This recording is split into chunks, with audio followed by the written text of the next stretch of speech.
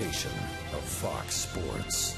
We are the Fourth. We are so.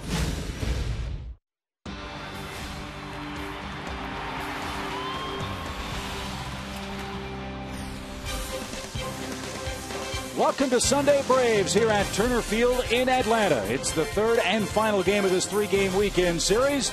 The Braves ready to break out the brooms on a hot, sunny Sunday as they welcome the Florida Marlins to town with Tommy Hanson gunning for win number 12.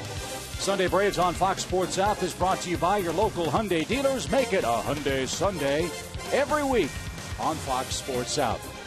And hi again, friends. Joe Simpson, Tom Glavine, Chip Carey. Welcome back to Turner Field, where around 10 o'clock this morning, the Braves certainly did make a big deal at the trade deadline. They addressed a need in center field, and they bring in Michael Bourn, an all-star from the Houston Astros. Tell you guys, it put a buzz in everybody today. A little hop in everybody's step, getting a guy who's an all-star, two-time Gold Glove winner, rated as perhaps the best center fielder in the game, and he gets plugged in right away as the leadoff man and center fielder for the Braves, albeit not today. It'll happen tomorrow in Washington when the Braves kick off this road trip, but a great acquisition. Yeah, I mean, great might be an understatement. I mean, we've talked about it over and over again. It's the one thing I think the Braves have been searching for a long time, and he's the perfect piece of the puzzle for these guys, a legit leadoff hitter with speed who can play great center field. So it's one of those things maybe like we've talked about, as disappointed as everybody was with the injuries in center field, this might have been a blessing in disguise, and the Braves got their man. 3 minor league pitchers went to the Astros in the trade. We'll tell you who those men were. Jordan Schaefer, the other principal, he's headed to the Astros as well, as it was a 4-for-1 deal announced at 10 o'clock Eastern time here in Atlanta. The brooms are out. Tommy Hanson's ready to go to the post as well as the Braves try to sweep away the Florida Marlins in the final game of this series. Coming up next.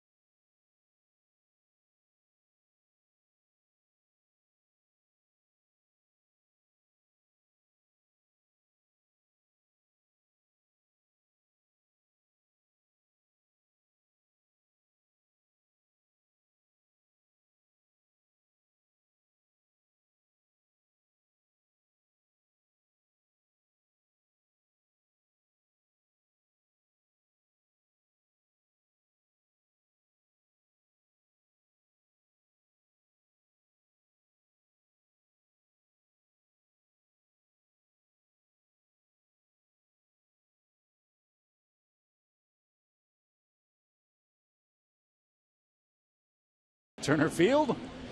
About the Braves and Marlins ready to battle in a very steamy ballpark.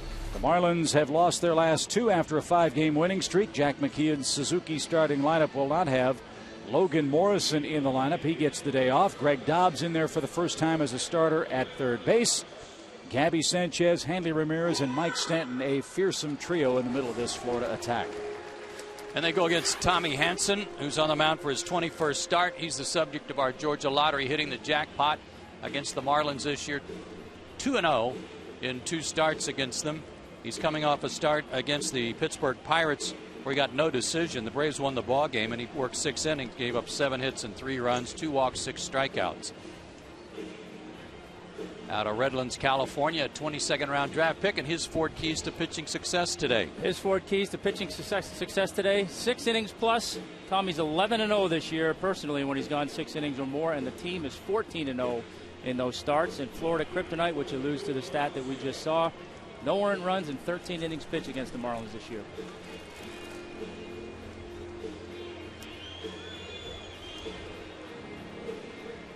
Temperature in the mid-90s in Atlanta. High humidity, heat index well over 100 degrees. But that man could care less. J.C. Boscan, in his 15th professional season, makes his first major league start today. And the first pitch to Bonifacio is upstairs, and we're underway.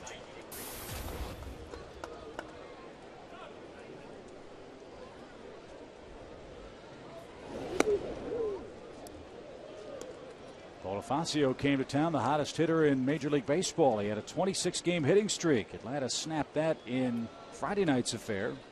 Bonifacio didn't get the ball out of the infield that night, but rallied with 2 hits in the lone Marlins run yesterday.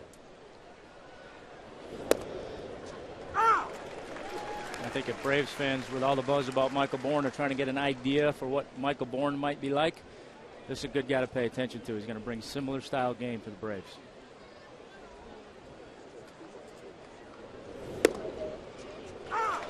Lance Barksdale says strike 2 called. Lance, the home plate umpire this afternoon. This crew's had a good series. Hopefully that'll continue today.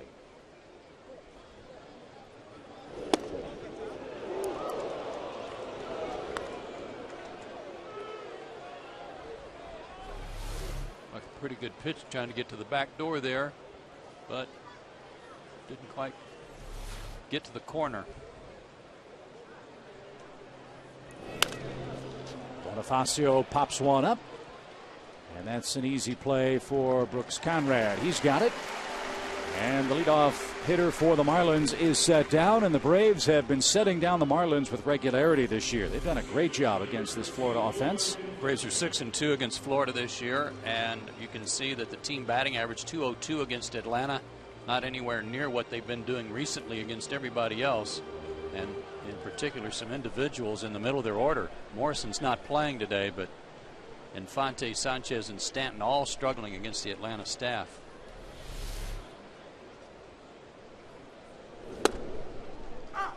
A strike to Omar Infante, who's 2 for 8 in the series.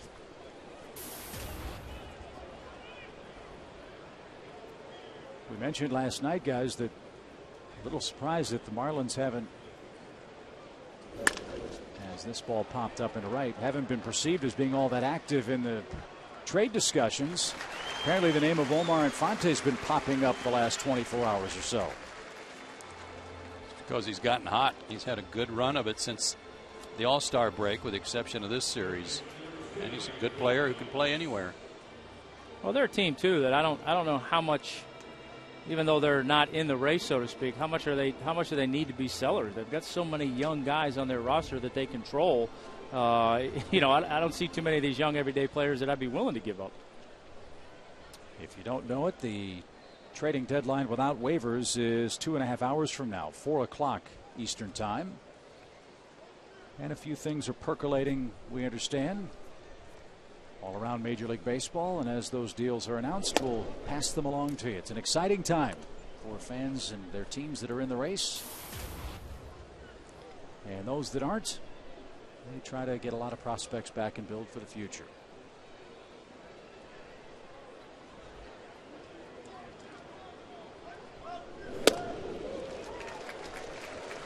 Ball, 1 strike to Greg Dobbs. 4 homers, 32 knocked in for the Marlins third baseman.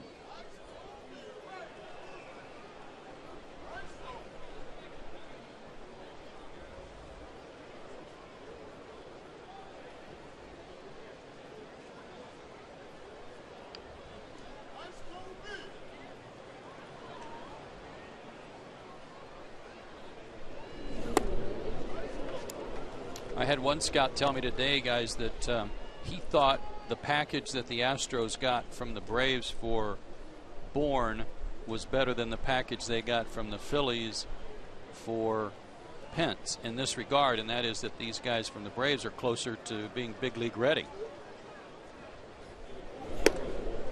Well, you've got Jordan Schaefer, obviously, who'll play center field for them when he's back off the DL. You've got a AAA pitcher, 2 AA pitchers, and really there's not much difference between AA and AAA anymore in terms of bringing guys up. So you're right, and as we've talked about, Phillies traded 2/3. I mean, the Astros traded 2/3 of their outfield to the National League East and got 8 good players and prospects in return.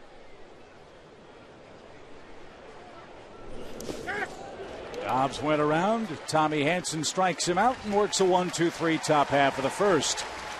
Economical start for Hanson. Braves come up in a scoreless game.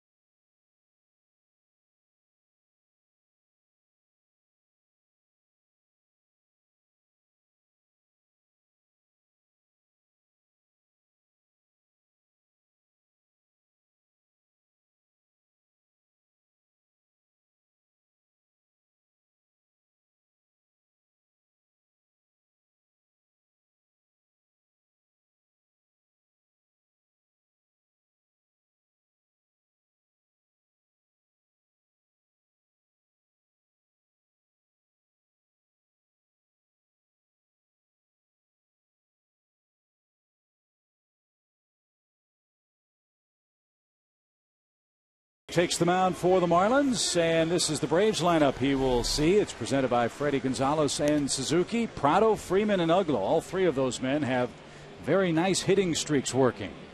They would love to see that continue early and often against Nolasco today. Ricky is 28 years old, 6'2", 225, out of Corona, California.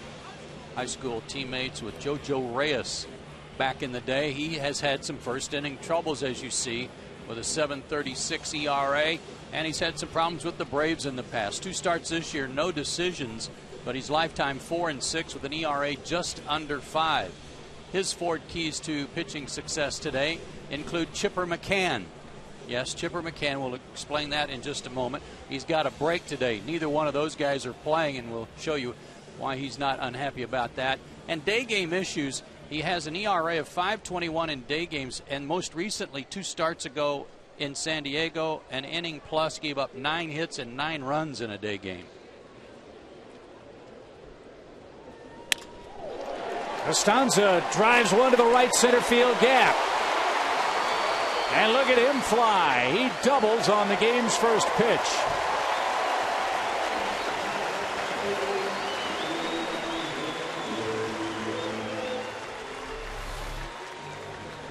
Guy can scoot. And he has his first big league extra base hit. Maybe a little motivation for him there. Everybody's saying, hey, Michael Bourne's coming to town. He's saying, hey, wait a minute. Yeah. Let me show you what I got. And don't forget about me. Yeah. So right away, Nolasco has to go to the stretch. And here are those first inning issues. Martin Prado bats with a 5-game hitting streak.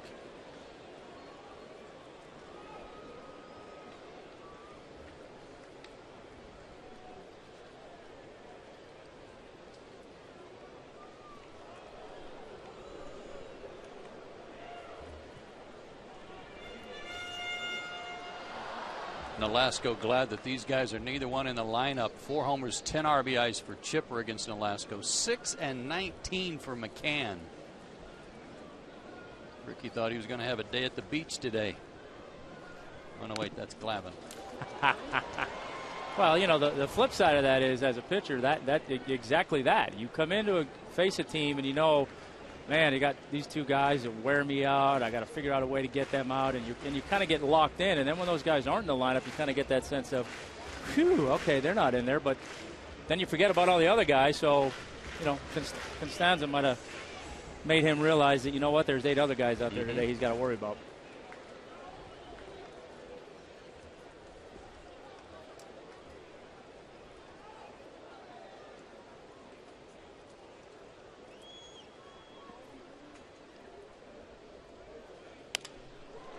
Gabby Sanchez, the Marlins first baseman, about as far off the first base bag as I've seen anybody play Martin Prado.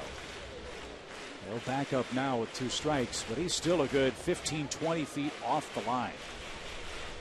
Which is a little bit surprising in the sense that in this at-bat, you know Martin's going to try and take a shot to the right side to move that runner over. So the likelihood of him squibbing one down that line is increased.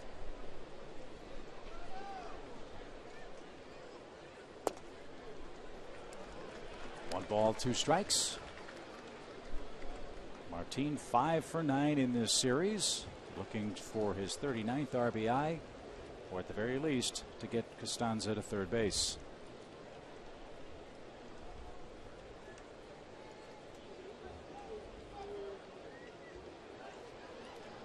Pickoff play off the heel of the Ramirez glove, but no advance. Infante backs up the play.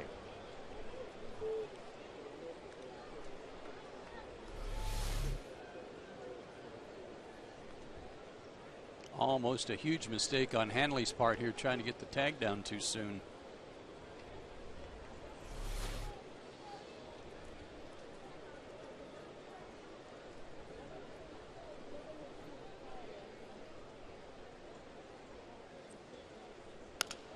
Line drive into shallow right. That's going to drop.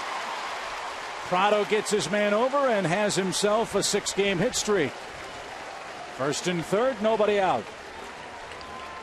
He's a professional hitter, you know. That he is.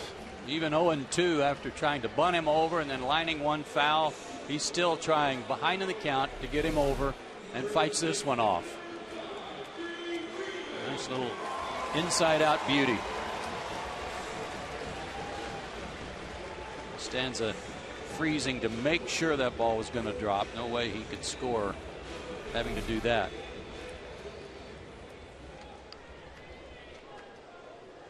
Now Freddie Freeman bats with a 14-game streak. Braves went over a month without a sacrifice fly. They could have 2 and 3 nights now. 2 and 3 games, I should say. And they've been working, fellas, on the sac fly drill. Yes, in the cage. Yes. Yes. Look for a ball you can elevated that you can get in the air.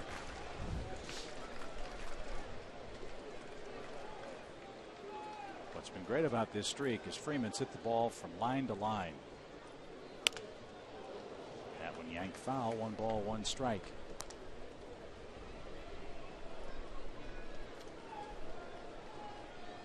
Nolasco doesn't walk a lot of people. 35 walks in 140 innings. 106 strikeouts. Fairly high batting average against him. 277. 12 homers.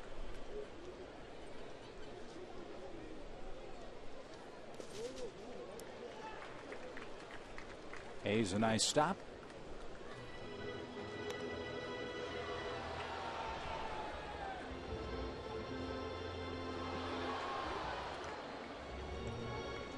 Brett's giving John Buck a day off.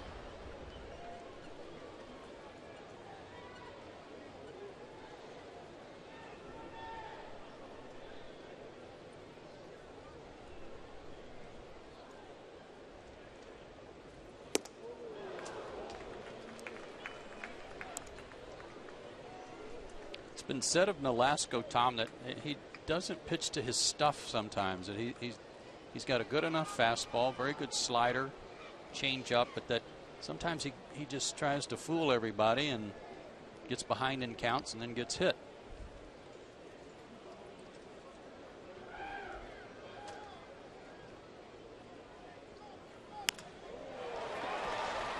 Freeman's fouled one down the right field line. He's fouled one down the left field line now. Yeah, and to your point, Joe, I mean, it's the kind of thing that you're right. I think as a pitcher, you've got to identify, okay, here's what I'm good at.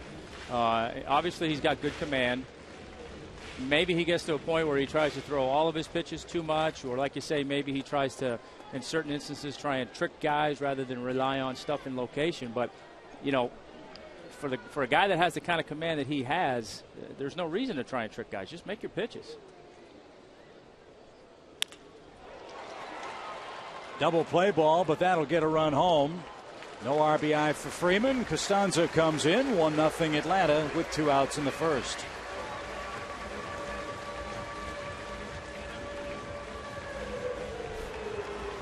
That sets the stage for Dan Uggla, who's had a big series. 2 3-run homers in this series. And he's now hit in 21 straight. And not surprisingly, Dan's heroics the subject of our Geico quote of the day today. Jack McKeon, the Marlins manager, knows all about Dan's damage.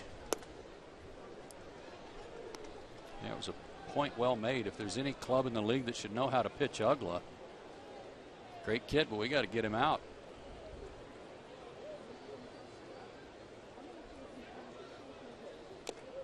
With those 2 homers now, Dan up to 20 and 47 RBIs. 8 of those 20 homers have come in this 21-game hit streak. A lot of numbers, but they're all trending in the right direction. It'll be interesting to see the adjustment now the pitchers make back on him. I said 2 weeks ago I wouldn't throw him a pitch inside. Now, the way he's hitting that pitch away, the pitcher's going to have to start thinking about getting him off of that pitch again. And sure enough, Hayes set up inside, but Nolasco missed the spot. That and the fact that he's not missing mistakes like he did early in the season, too.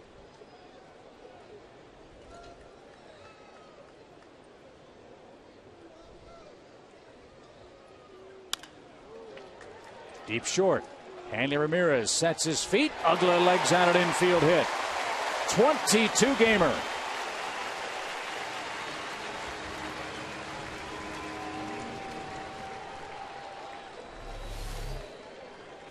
Tough play for Ramirez. Had to take a couple of steps to stop his momentum and didn't get a whole lot on that throw. Didn't matter. As we've talked about all year long, this guy hustles out of the box no matter what. Yeah, to his credit, through everything he's gone through, he plays hard each and every day, and good things are starting to happen for him. That's the longest hit streak in the major leagues, not just the National League for Uggla. And now Jason Hayward, the batter. Jason at .219 with 11 homers and 29 driven in.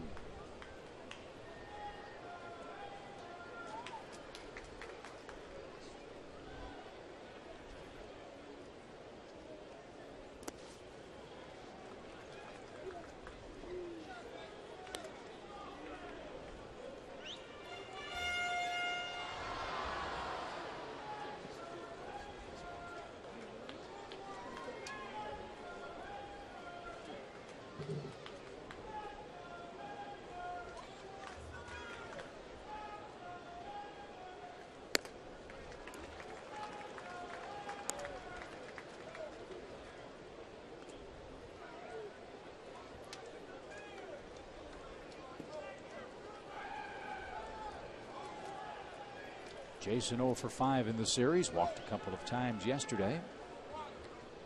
Is ahead here. Tell you what, if he could get on a roll, get on a good stretch like he did last year, like I think it was May when he was the player of the month, certainly rookie of the month, and he's capable. He just needs a couple of good games to get some confidence back, get a good feel for his swing, much like what happened to Uggla. You get Uggla, Freeman, and Hayward going good, in the absence of McCann and Jones. A huge boost. Driven a long way toward left. Bonifacio came in, now drifts back and makes the catch to retire the side. Jose Costanza doubles to start the game. He comes home on a double play ball, and Atlanta has scored first.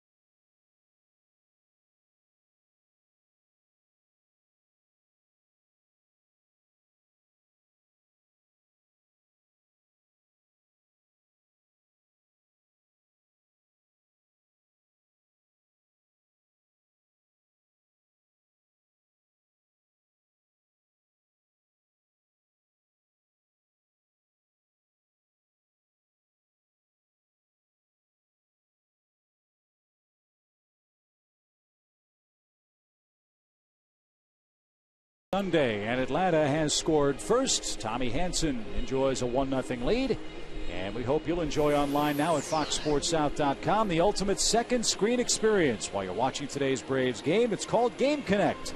Track every pitch, get instant player stats, and even link up with social media. Check out Game Connect now at FoxSportsSouth.com. People down in the sunshine like to connect with a little cool air somewhere. Get one of these big puffy clouds to just sit in front of the sun for a little while. As long as there's no rain in those puffy clouds, you got that right. Fine by me. Here's Hanley Ramirez. Ramirez 1 for 8 in the series. He's the Marlins cleanup man.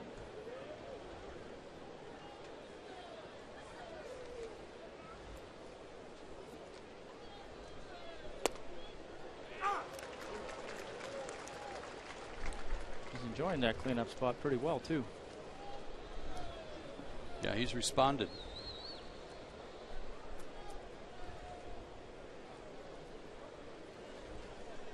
.313, 21 runs scored, 8 doubles, 6 homers since taking over the cleanup spot. And if you've got to face him, here's how you want to do it. Nobody on, right? Absolutely. Yeah, big at bat last night. He came up with the bases loaded and 2 out against Johnny Venners after a hit and a couple of walks, and Johnny was able to strike him out.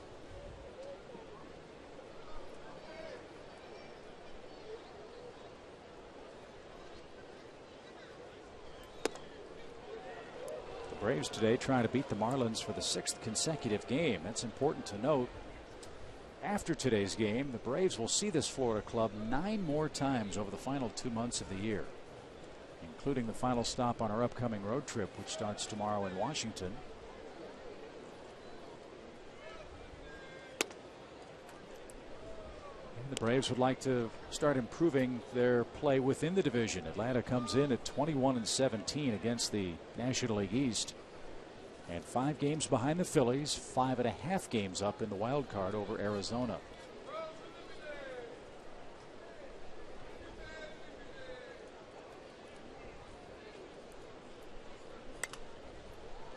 Arizona made a deal too. Where they get Jason Marquis? Is that right? Uh-huh. They're about to make another one with Oakland. They're trying to get Brad Ziegler to help out that bullpen.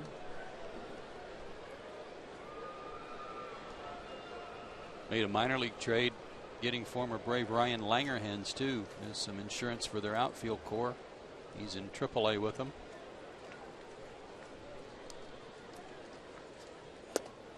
And leadoff walk. Tommy got ahead of Ramirez but couldn't put him away. That was one of Tommy's keys. Be economical. First base runner of the day brings up Gabby Sanchez, the Florida first baseman. By the way, don't count out Arizona in the Western race either. If you didn't pay attention to the standings, the Diamondbacks are only 3 behind the Giants.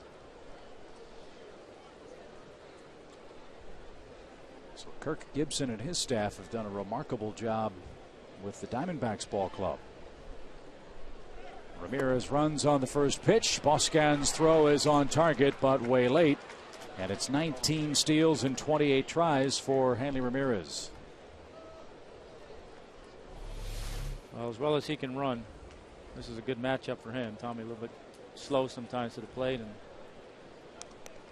Boscan made a good throw, but Hanley had a heck of a jump. I was just going to say, their first guy that gets on base, and on the first pitch they run on Hanson. That may be a sign of things to come if they've got other opportunities.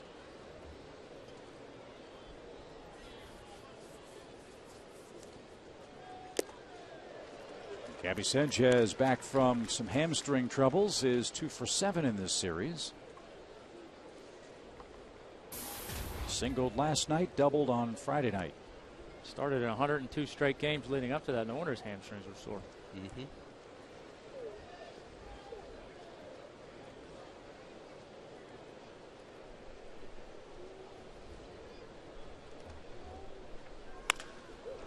Center field.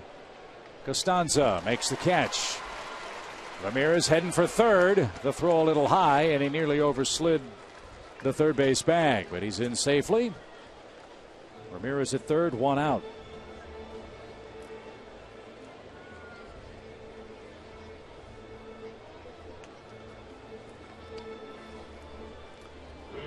Looked like he was doing a high dive rather than a dive into third base. I'm not sure that sped things up any for him.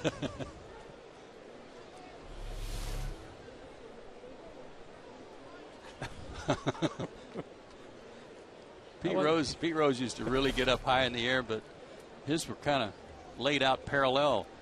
Hanley wasn't sure what he was going to do once he got up there. Strike one to Mike Stanton.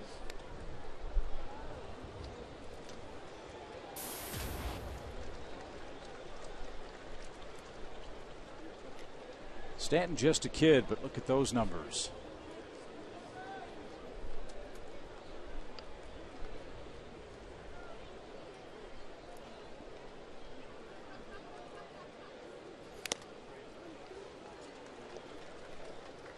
There's not a whole lot to stand in his way to being a great player other than just the usual for a young guy with his kind of tools, and that's the constant adjustments he has to make and recognition he has to make about how pitchers are going to work him.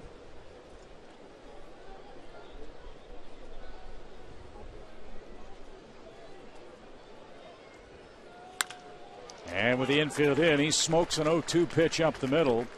And Hanley Ramirez comes home to tie this game.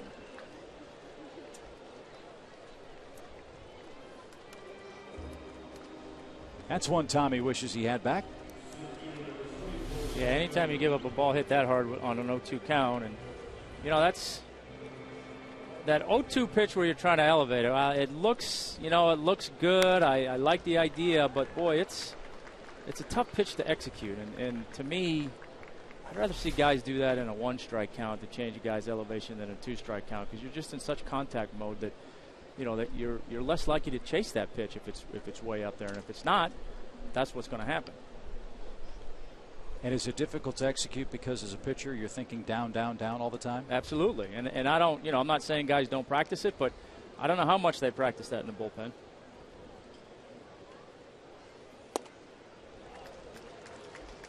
To my way of thinking, too, that's not the only 0-2 mistake he made in the inning. He got ahead of Ramirez 0-2, and then 1-2, and then 2-2. Wasn't able to make a pitch and be committed to it to try to get the out when he got ahead of Hanley and walked him. You know, a steal and a flyout, and the Rocket ties the game. And especially too when you're trying to throw that pitch up, out, over the plate. From a pitching standpoint, there's not much there to look at in terms of what you're trying to do. You see so much, and you're just trying to elevate the ball. So, you know, sometimes it's easier to throw that pitch on the inner part of the plate up because you have the hitter as a reference point.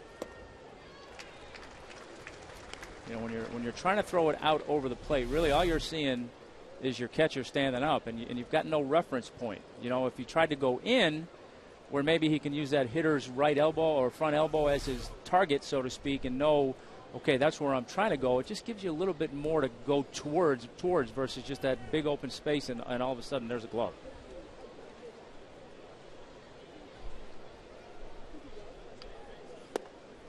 Cameron down on strikes. Asks if it was a strike had he not swung. The answer was no. So Hansen gets a big second out.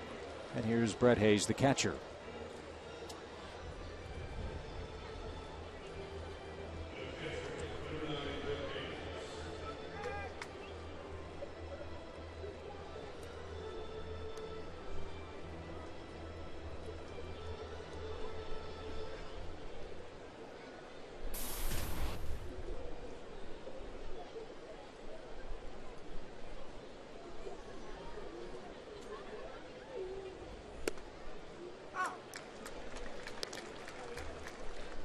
Marlins have had their share of catching injuries over the last couple of years. We talked about the Pirates and how many they've been through this year alone, but the Marlins, that was one of the reasons they identified John Buck as a guy they wanted in the offseason as a free agent.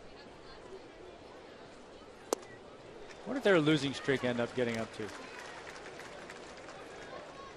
Was it like the Mariners? The Marlins. Oh, earlier this year. Oh, well, they were 5-23 in June. Let me get out my abacus for and 2 of those wins were the last 2 games of the month. I mean, I just look at this team, and I'm amazed that they were able to go on a streak like that. You know, with the talent that they have in their lineup, they've got pretty good starting pitching. It seems. I mean, I look at this team, and I think they're pretty good. I mean, I think they've got a pretty good future, no question about it. But it just seems, you know, for them to lose 11 straight, 19 of 20.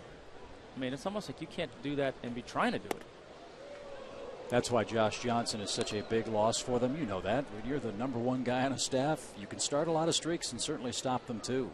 Yeah, but still, even you still got Nolasco and you got Vasquez. I mean, they're still throwing some guys out there that can pitch some pretty good games. I mean, they might just stumble into a good game here sooner or later.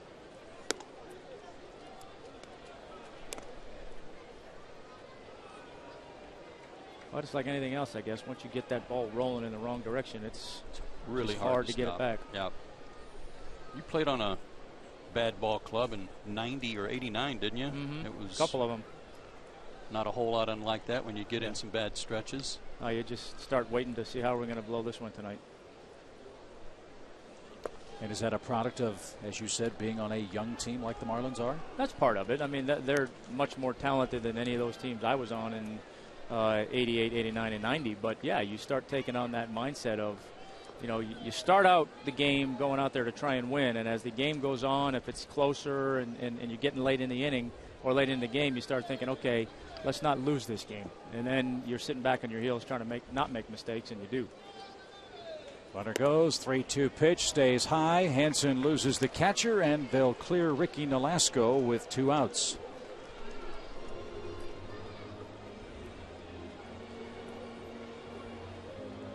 Okay. Fundamental issue here. All right. Hot day, horribly humid. You've already thrown you're going to be your 22nd pitch of the inning. You got a part-time player up there in the catcher in a full count, and you throw him a breaking ball. Okay, he's got a good breaking ball, but you sure want to make sure you throw it for a strike. You're not trying to trick him, right? No, you're trying to throw it for a strike. But on a day like this, isn't that the time for your #1? Here, put this in play. I would say most days that it is, and especially on a hot day when you're trying to be economical. But yeah, I mean, I'm going to take my chances. There's a reason that guy's hitting 8th. So you're going to take your chances with him, and in any instance, if you're in doubt, you take the chance with your #1. Now, he might get Nolasco on 3 pitches, but it's 3 extra pitches. And you know, look, the pitch sequence I think is a little bit different if there's a runner on second and 2 outs. Yes, but with a runner on first, you know, I understand what you're saying. 0-2.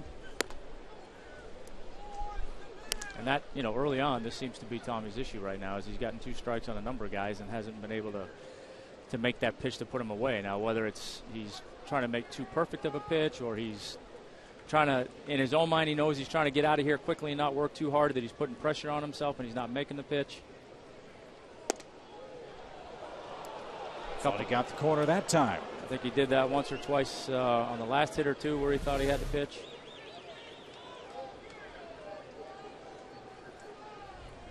Fox Trek says it's wide of the mark. I know it does, but watching that replay, it's really hard for me to imagine that pitch did not touch some part of that corner.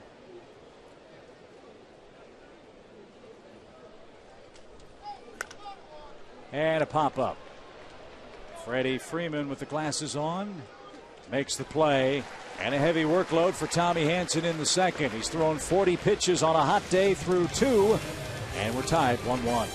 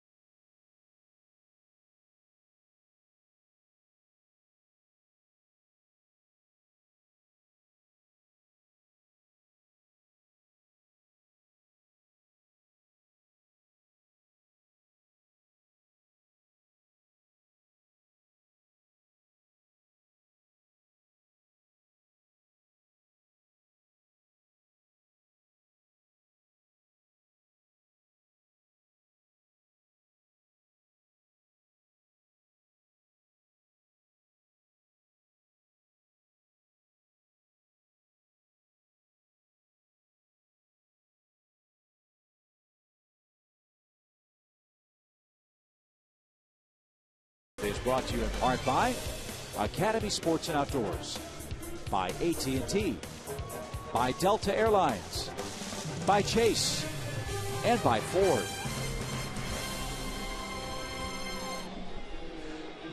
Game tied 1-1 here in the bottom of the second inning. We welcome you back to Sunday Braves on Fox Sports South. It's brought to you by your local Hyundai dealers. Joe, Tom, and Chip with you on a very hot day for baseball. Atlanta wrapping up this homestand, a chance to put together a 5-2 stand before we head out on a very long and important road trip that begins, fellas, the merry month of August. We go to Washington, we go to New York, and then down to Miami to once again play the Marlins. Dog days of August. I don't know how they can be any hotter than what July's been, but yeah, tough stretch. Joe Vincius, our producer, just told me the forecast for tomorrow for a high in Washington, 98. Yeah, we're going. You're going from the hot days here in July, which we always have, to the hottest part of the summer in the Northeast as well. So you're not going to get any break.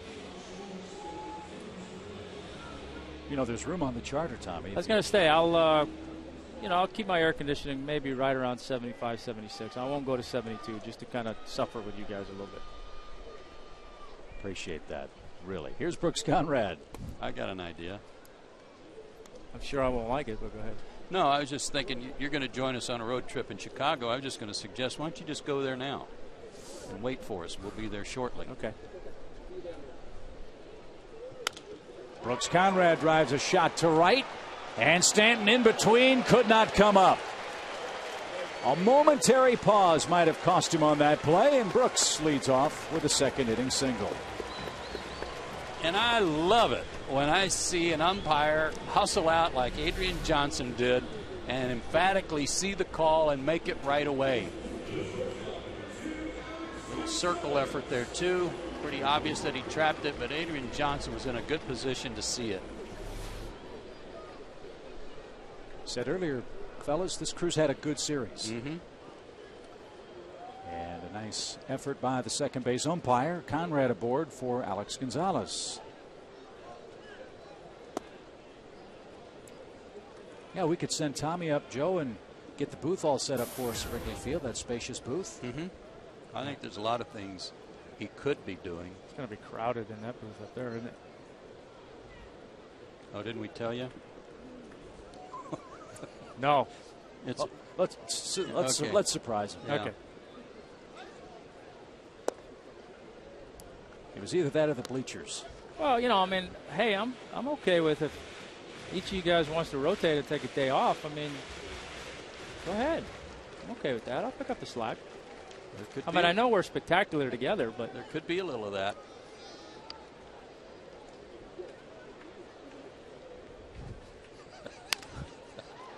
I pop fly toward right.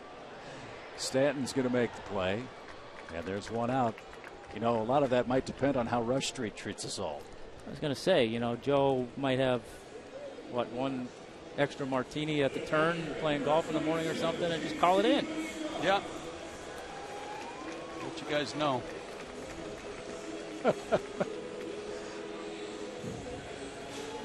Here's J.C. Boscan. Again, goes without saying, this is a special time for him. You know, this is his 15th professional season. 15 years as a professional baseball player, and this is the first time he started a major league ball game.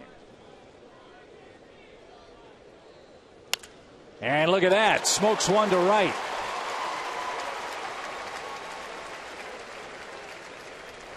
And J.C. Boscan has just picked up his first major league hit.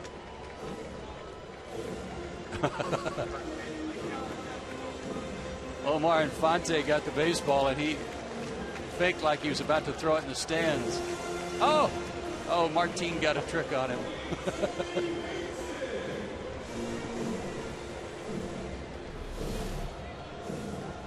Look at Omar here. Give us the ball.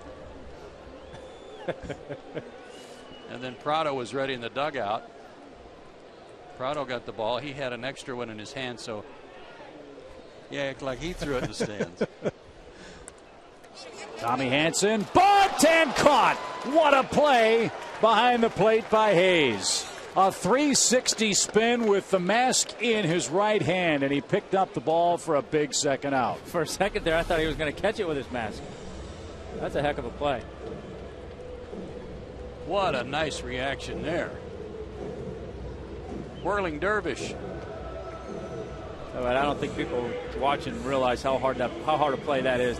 For a ball to be popped up that shortly, so to speak, and for him to catch it, find it, and get there, that's a heck of a play. And if he had used his mask, that would have been a two-base, I forget what you call it. I think it's an error. Well, is it an error or catcher? Well, for cheating. Have to look it up. Yes, two-base cheating play. Yes. Cheating. I know the one where if it's rolling down the line and he takes his mask and swats it foul, that's 3 bases. Wow. I don't know what the exact term is other than, like you guys said, cheating. Against the rules. 0-2 to Costanza, who doubled on the game's first pitch for the Atlanta offense and scored on a double play ball by Freddie Freeman. He's jumped on the first 2 fastballs he's seen, and Velasco decided to see if he could handle a changeup.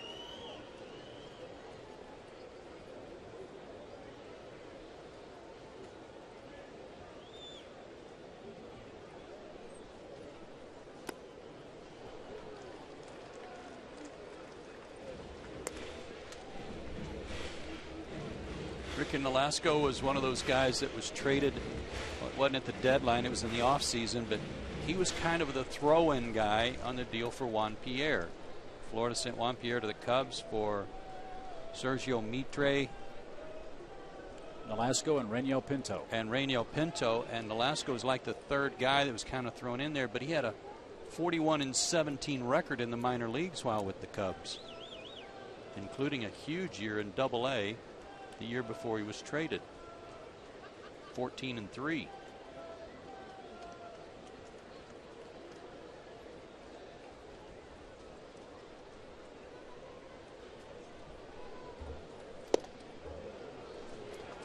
And Juan Pierre played in Chicago 1 year. Those of us who were in Chicago at the time really don't like talking about that, Joe. A lot of things you Cub fans don't like talking You can laugh about it now, Chip. Yes, I've turned the page.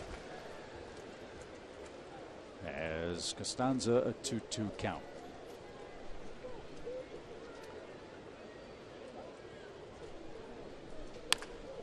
To the right side, Gabby Sanchez has it, and that retires the side. A day of firsts for J.C. Boscan, his first big league start, his first big league hit. But that's not the big story today. Michael Bourn is a Brave, and GM Frank Wren will be by to talk about that in a moment.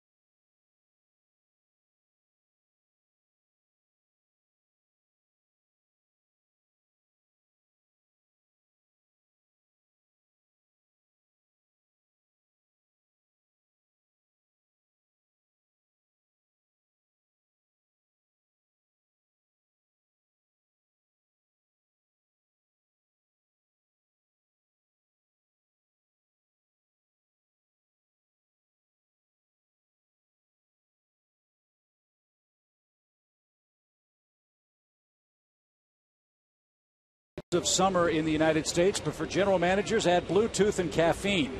Frank Wren, the general manager of the Braves, joins us for the top of our third inning because at 10 o'clock this morning, Frank, you announced the acquisition of Michael Bourn for Jordan Schaefer, 3 minor league pitchers. First of all, congratulations. Well, thank you. I think, we've had a lot of conversations, over the last few weeks trying to figure out what would be the best fit for our club. And one of the things that really changed for us was the emergence of Dan Uggla.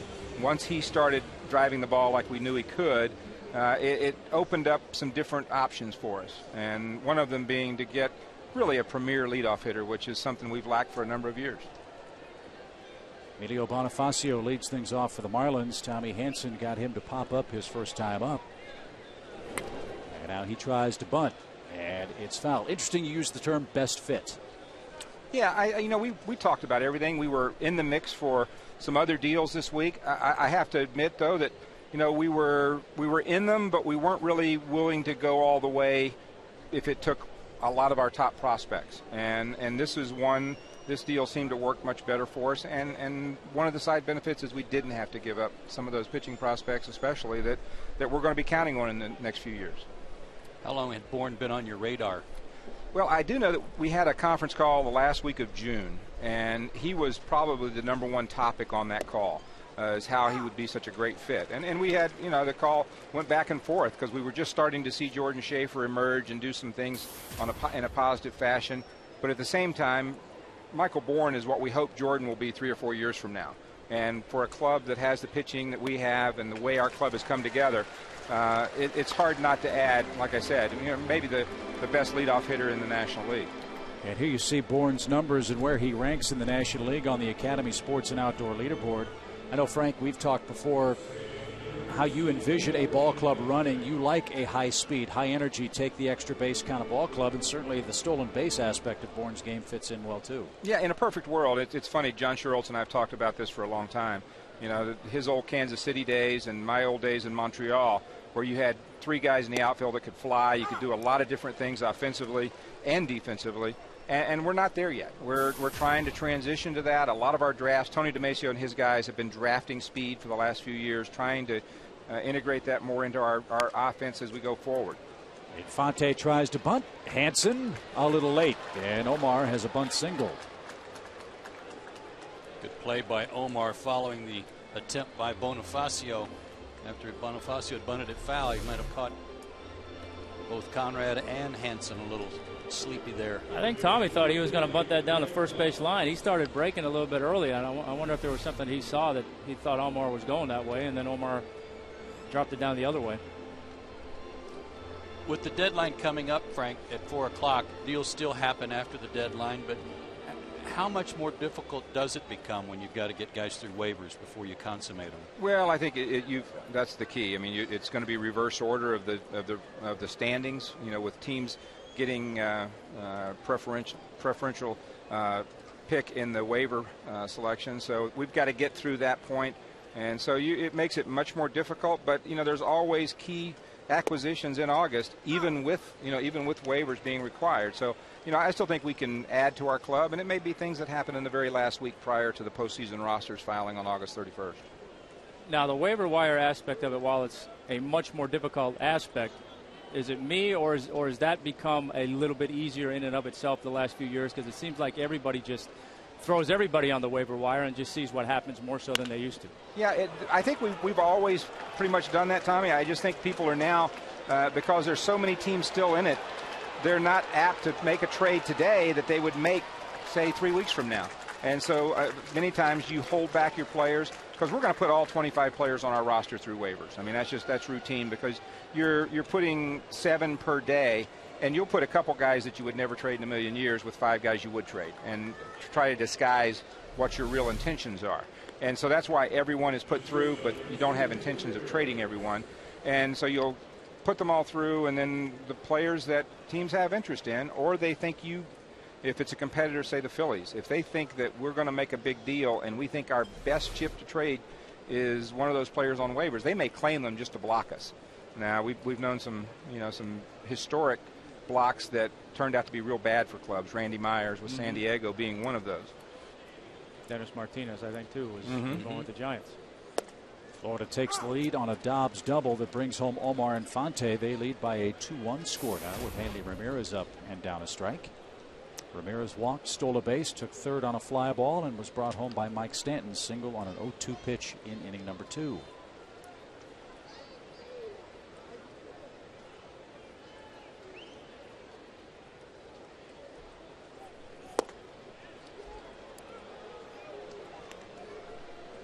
What are your feelings with the club, the staff right now, Frank? We know that Tommy Hansen's got has a season or 2 under his belt. He's getting bigger and stronger, more mature. Is there any concern about these guys and their innings pitched as we go down the stretch, about trying to conserve some of that? Well, I think all of our guys have been stretched out where 200 innings is not a barrier for them, for sure. And so I think we're on target pretty much with all of our pitchers. That's been a real focus of ours over the last 3 or 4 years to make sure guys can get to the big leagues. We don't have to put Java rules in place that they're going to maximize their innings. The one guy that hasn't pitched a lot of innings in the past is Brandon Beachy. And so I think we're going to have to monitor him. But, he bounced back the other night and threw the ball as well as he's thrown it all year long. So I think he's probably the one guy we've got to monitor. And then Freddie and Roger are monitoring our bullpen guys just to, make sure the best thing we can do for our bullpen guys is score runs and keep from having extra inning games and all these tight games where you use your key bullpen guys on a nightly basis. So if we can improve our offense and get that going, I think you'll see what you saw the last couple nights, where all of a sudden we expanded the lead to 4 runs, and he didn't have to go to Kimbrel necessarily 2 nights ago. Last night he did, just to give him work. So I think that's going to help us. How tough is it, Frank, to really hold to your guns and say, I'm just not going to trade my 1 through 5 top prospects and address a need that was a glaring need for this ball club. Was that hard to really stand your ground as the deals were starting to multiply and guys like Pence were coming off the board? Well, I think you got that's your conviction, and that's pretty strong conviction of ours that we're going to need these young guys, and they're not just our top 5 or 4 or whatever the number is. These guys are special. They're a cut above what most clubs have in their top 5. And they're the type of players that you build around for the long term. And so it's not just a top 5. It's a special group that can be here a long time. And so I just don't think we can dip into that because it's going to eventually hurt us in the future. Can you give the fans some perspective on the 3 young pitchers that they may not know much about in Oberholzer, Clemens, and Abreu? Yeah, Brett Oberholzer is kind of, he's flown under the radar for a couple years, but he's a young left-hander that has nice promise and upside. We thought he had a chance to be a middle of the rotation guy in the future, and he was a little bit behind some of our other guys as far as when he would arrive in the big leagues. And if the other guys work out like we think they will, he might be blocked and might not have an opportunity here. So that made it a little easier to trade him. Clemens is another guy. He's a big arm. He's up to 95. Has been somewhat inconsistent, but he has the stuff. And then Juan Abreu, who was pitching here in Gwinnett, has a power arm. I've seen him personally up to 100, 101 with a pretty good curveball, but it hasn't clicked for him on a consistent basis. And so, if these guys can get some consistency and make some more progress over the next year, they can be big leaguers. So, I mean, the Astros got 3 pretty good young pitchers that, in our case, we're a little bit of excess. Well, Frank, I know your phone's been ringing off the hook. Congratulations on a very big deal. We look forward to seeing Michael Bourne in a uniform for the Braves tomorrow in Washington. All right, thank you. Job well done. Good work. That's Frank Wren, the Braves general manager. Marlins take a 1-run lead as the Braves bat here in the 3rd.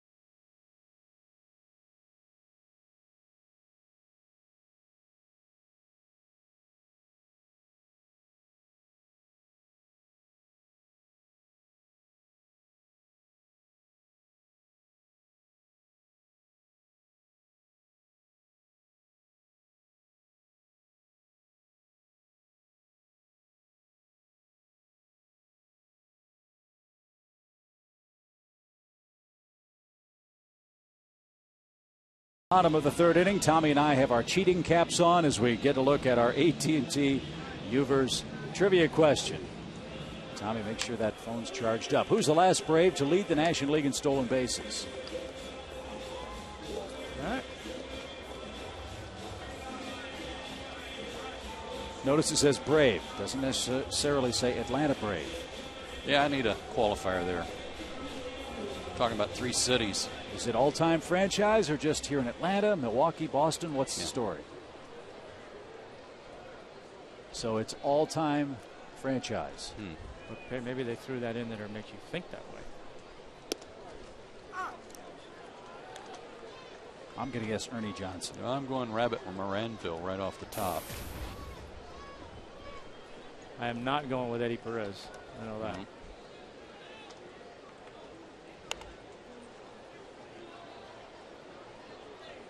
No balls, 2 strikes for Martin Prado. Well, Interesting what Frank said.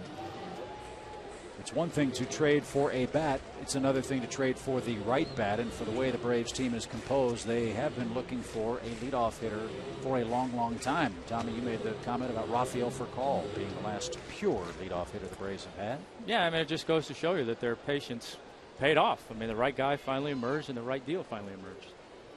You made a good point, though, Tom, about the broadcast waivers that go out on August 1st for the whole team, just to see what nibbles or what interest there might be on some guys. Yeah, it seemed to be when I was playing in the early 90s, that seemed to be much more of a cat and mouse game than it is nowadays. You know, like he mentioned, the Randy Myers and the Dennis Martinez were the two big deeks, so to speak, in those days, where teams picked up guys when they thought another team had interest and the other team had no interest whatsoever. You know, and then in '91, our biggest acquisition was a waiver wire, at end of the waiver wire deal, in Alejandro Pena. Down the right field line. And there used to be, I guess, sort of an unwritten gentleman's agreement among the general managers. Hey, I won't claim this guy if you don't claim that guy. Let's pass these guys through. But you don't want to be the guy left holding the bag of a big contract that you don't want if you claim a guy. Mm-hmm.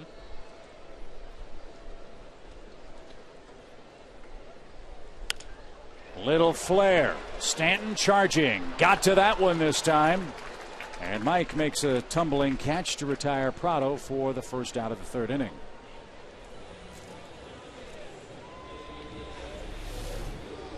I thought he had done it again. Remember an inside-out swing in the first inning. This one out away from him. But Stanton got a good jump on it. Hung up for him just a little bit longer. The other question that fans have about Michael Bourne is how long will he be under the Braves' control? Obviously the rest of this season. He's an arbitration-eligible player who will not be eligible for free agency until after the 2012 season. Bonifacio drifts back. Freeman flies out. Quickly 2 away in the third.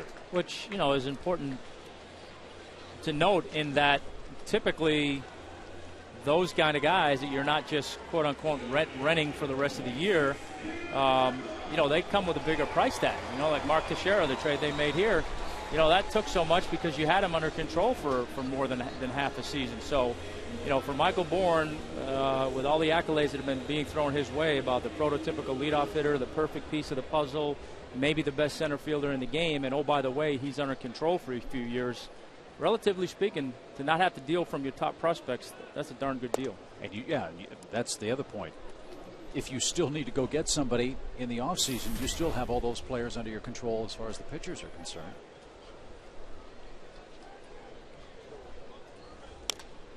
Hunter Pence was in that same boat. Phillies got him because he's under contract or under their control for another year after this one, but his price tag's considerably higher than that of Michael Bourne. So that was probably, I would assume, part of the allure of a Michael Bourne to the Atlanta Braves too, in terms of how he would fit within the budget structure. High fly right center. Stanton going back at the edge of the track makes the play to retire the side. Braves have 3 fly ball outs. That ends the third. We go to the fourth. Ricky Nolasco leads Tommy Henson by a run.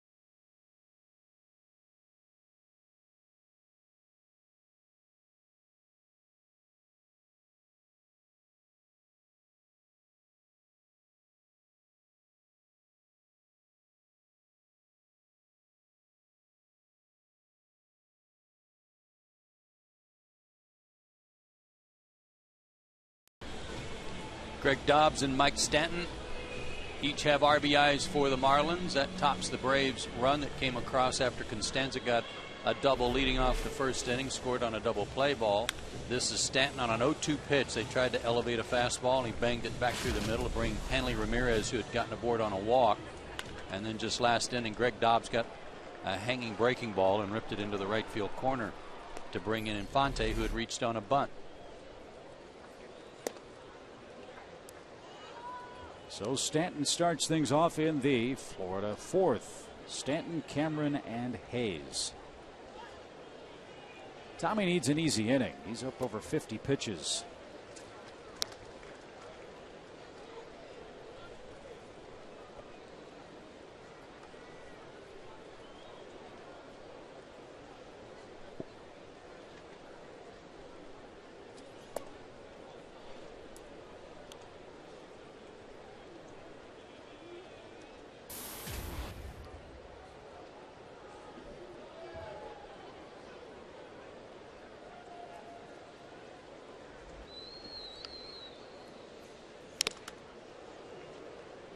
That got Barksdale and Boscan. I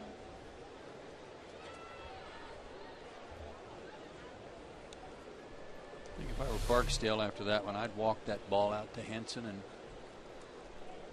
got it from the bat. He got it on the swing, yeah. Ooh. Now I'd be calling a strike from somewhere out on the grass.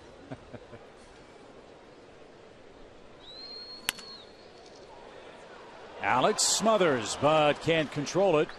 And Mike Stanton has a 2-hit day.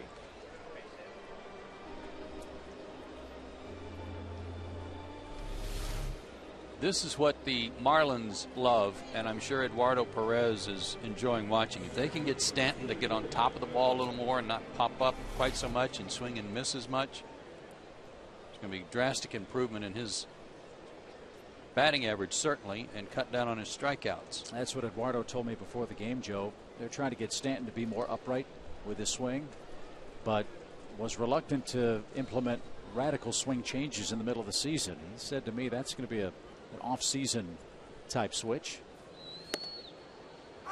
But he ain't chopped liver, hitting around 260 with 24 bombs and still in the infancy stages of his big league career.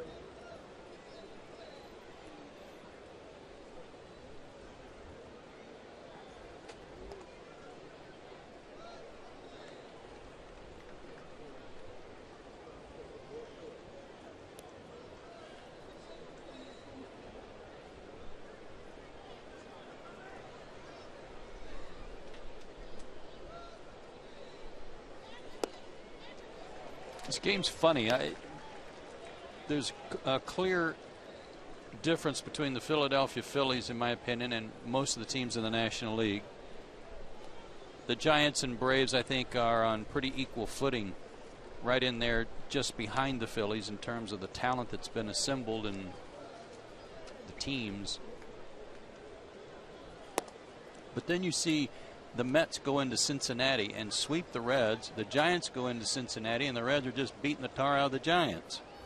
So it depends on any given day what pitchers you run into and how a team's playing.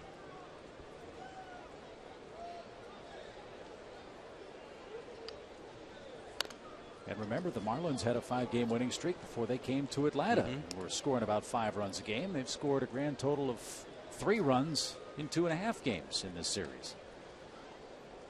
Well, I mean, that's the most overused cliche in the game, but it's true. And on any given day, anybody can beat anybody, and on any given day, the worst player in your team can be a superstar. You just don't know where it's going to come from, and you know that's what makes it hard to figure out sometimes.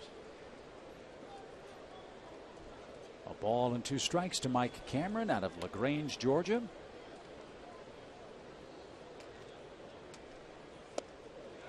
And for the second time, Tommy gets him on a pitch out of the strike zone. And there's the first out of the Florida fourth. And hey, Braves country, show the world champion Giants that you don't fear the beard. Be at Turner Field for a rematch of last year's National League Division Series matchup, August 15th through the 18th. And support the Braves in their fight to get back to the postseason. For tickets, visit Braves.com/tickets today.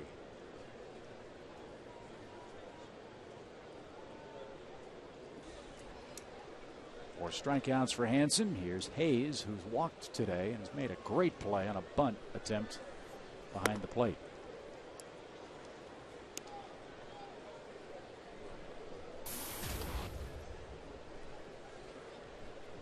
Again, the Giants 3 games ahead of Arizona out west. They've lost their last 2 games and are losing to the Reds 5-0.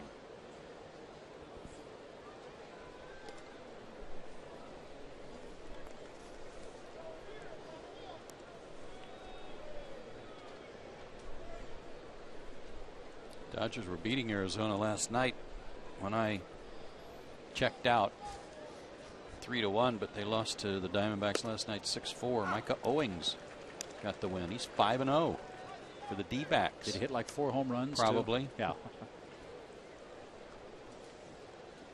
Again, Arizona acquired Brad Ziegler from Oakland. He'll help out their bullpen. Jason Marquis as well came over from Washington yesterday. So Arizona loading up for a postseason run, perhaps. Boscan runs out of real estate. Former Brave Derek Lee was traded yesterday from Baltimore to the Pittsburgh Pirates. Yeah, good for the Pirates.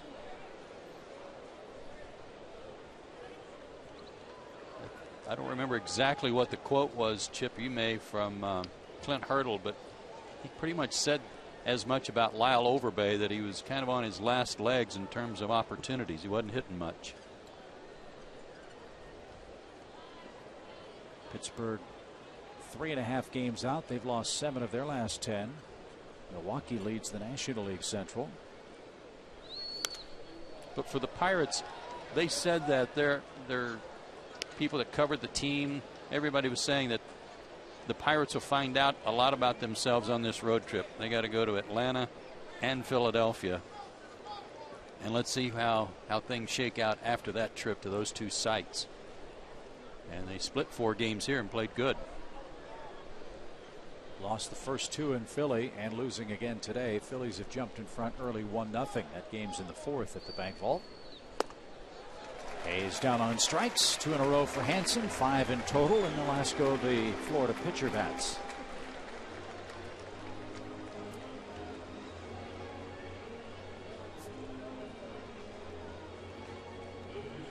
Well, in the National League, you have 8 teams within 7 games of a division lead as we approach August 1st.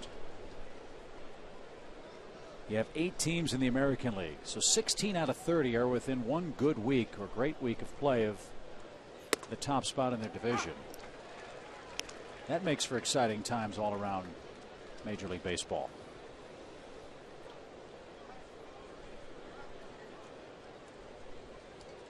Keeps the fans juiced up, I know that.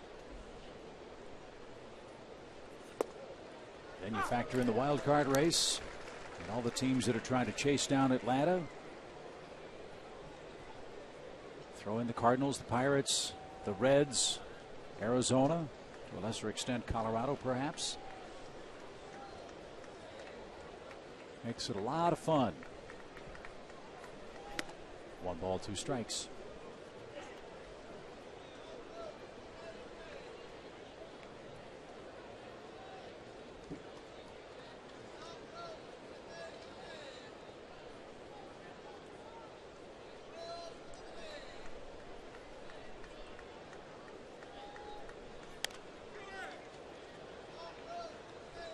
Hansen would like to retire Nolasco so he doesn't have to face our Delta Airlines on deck hitter.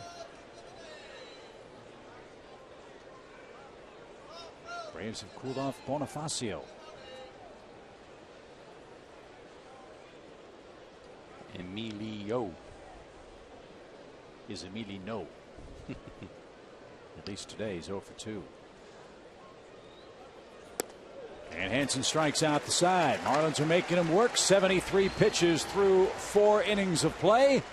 Let's see if the Braves bats can get something going. They're down a skinny run as we head to the home half of the 4th.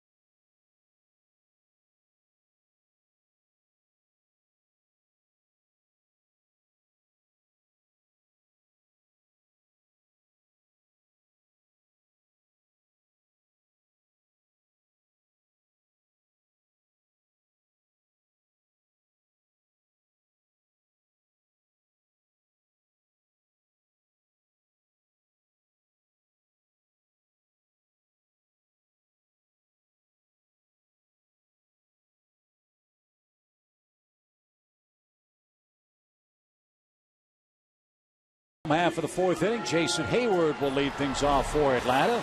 And we're on the road. We begin a 3-city, 9-game, 10-day road trip. At least the Ironmen of the booth will. We go to Washington, then to New York, and finish things up with the Marlins down in Miami. August 8th, 9th, and 10th. All those games will be seen on Sports South. Here's how the Braves have fared against their division rivals. Pretty tight against both the Nats and the Mets. Mets, what was it? Did they take 2 out of 3 or sweep the Braves in their first trip up there? I guess it was 2 out of 3. Yeah, Braves haven't been swept. Braves and the Phillies, the only team that haven't been swept. But the Mets came up with some pretty good baseball in that first trip into Citi Field this year for Atlanta. Yeah, Braves lost 2 out of 3. Lost to R.A. Dickey and Dylan G. Oh, I remember what was distinctive about that was that the Braves had just lost 2 out of 3 at home to the Padres. Went to New York, lost 2 out of 3, had a day off, and Freddie told everybody to go to Florida, get some rest, and get ready to play. Yeah, they did. They rattled off a 6-game winning streak.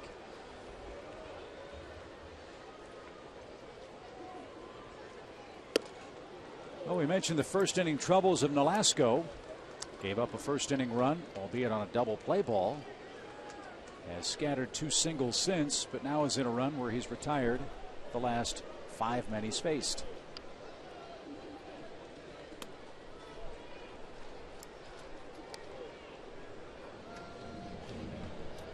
When you look at Jason's setup, Tom, what do you see as a pitcher that makes you think, okay, here's where I can go? You know, I don't know. It's hard to tell. I mean, he's off the plate, which, you know, would lead you to believe that he wants the ball in on him, but he covers the other portion of the outside portion of the plate so well. You know, I think maybe guys see, as we've seen, they try to pound him in so much. You see where he has that dramatic drop of his hands right before he starts his swing. You know, maybe guys feel like they can get up above those hands because he's going to have to go down and then back up to get up there. So, you know, it's hard to tell. I mean, whatever's going on with Ugla and Freeman, you hope that he just a little smidgen of that rubs off on Jason and he can start getting a little bit of confidence.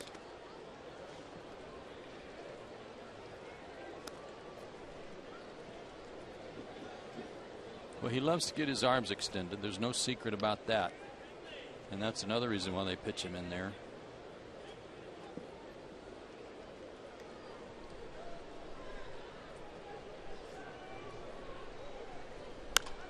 Is to prevent that from happening. That's down the left field line. Bonifacio over quickly. Jason Hayward on his way to second. And a leadoff double. A good start.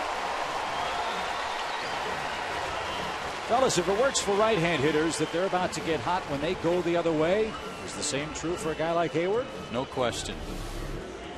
Let's see where this location was. They wanted it in, but it didn't go in. It stayed out of the outer third. And once again, got his arms extended. Got his arms extended. You know, not exactly the hardest hit ball, but hey, maybe that's the kind of thing we've heard so often where you fall into one of those and it kind of sets the wheels in motion. So, but I agree. I think every hitter when they're struggling, I don't care who they are, you want to see them start trying to hit the ball the other way.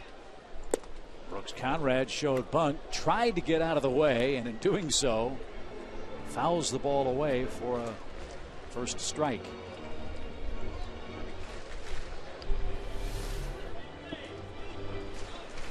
This is Noble, but he really could have been called out because he was out of the batter's box.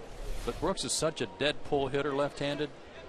I'd just seen him take his chances swinging. Let's see if the bunt's still on. It wasn't. He pops it up. Greg Dobbs at third. 1 out. Braves have tried to bunt twice. They've been unsuccessful twice. And Hayward still at second now with 1 out. We invite you to join the Braves for an experience of a lifetime. The 6th annual Braves Foundation Golf Classic is coming up August 15th at the legendary East Lake Golf Club. Play golf with Braves legends. Space is limited. Call 404-614-1347 today to reserve your foursome. That's the Monday right after the Hall of Fame weekend and reunion for the '91 team. So it's anticipated that a lot of those guys are going to stick around and play some golf too.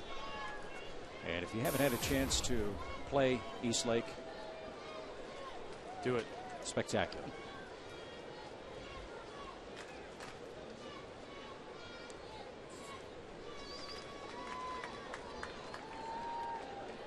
Pickoff play. Close play.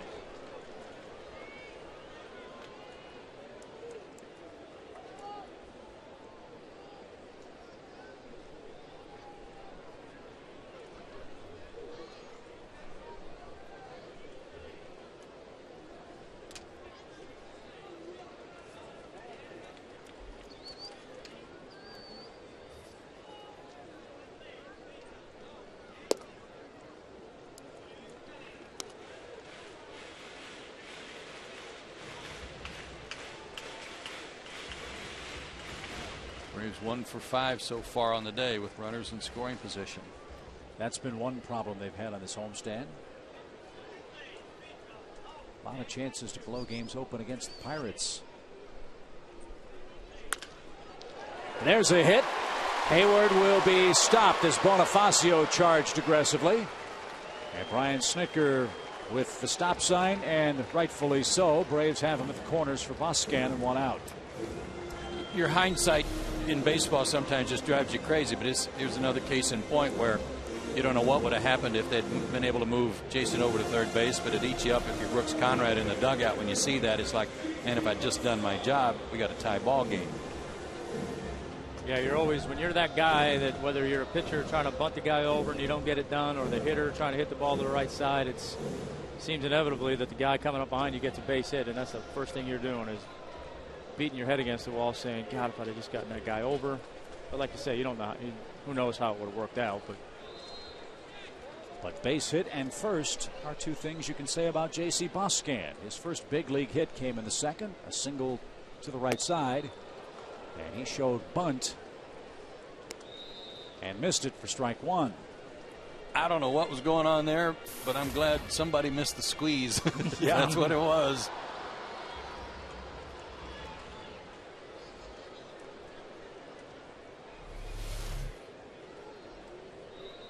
Jason was certainly not aware that the squeeze might be on. Might have been a safety squeeze.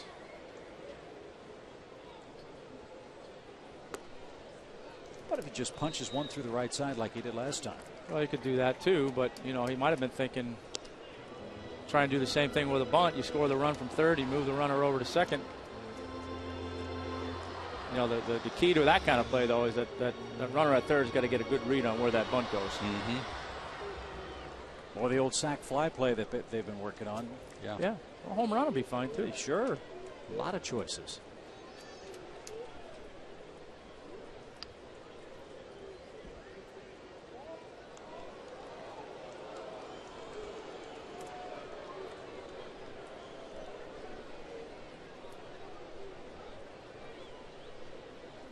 Braves have 7 hits this afternoon. Looking for another from Boscan.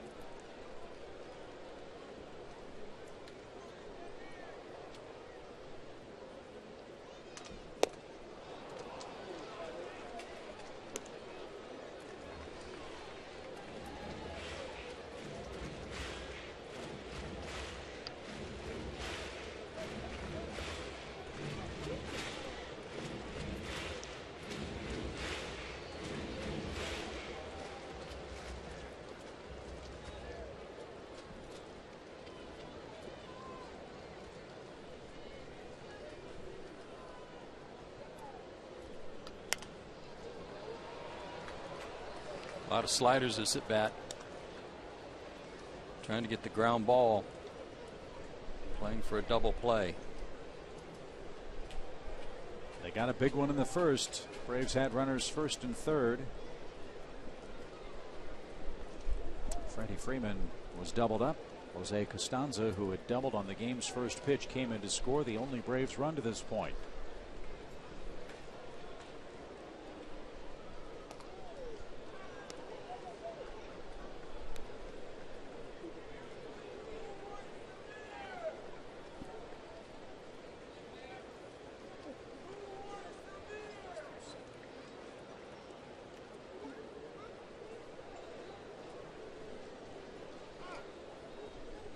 Nolasco has a couple of complete games this year, and one of them was a shutout. Fired a 5-hit shutout June 29th in interleague play at Oakland.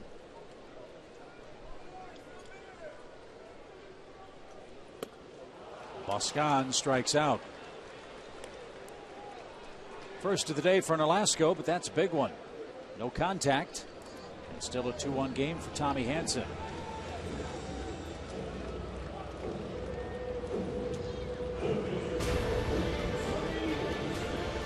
So you don't have too many choices here trying to get that run in, other than hoping Tommy can find a hole somewhere. You might try a double steal, but if the Marlins are smart, they really shouldn't care. I mean, you might pump fake and then throw to third, or just fire it back to the pitcher for fear of making a mistake and allowing the runner at third to somehow come in.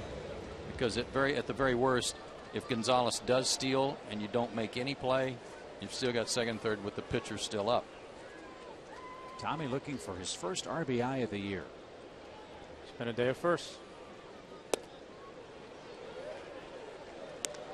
Well, he was looking first pitch fastball and got a slider.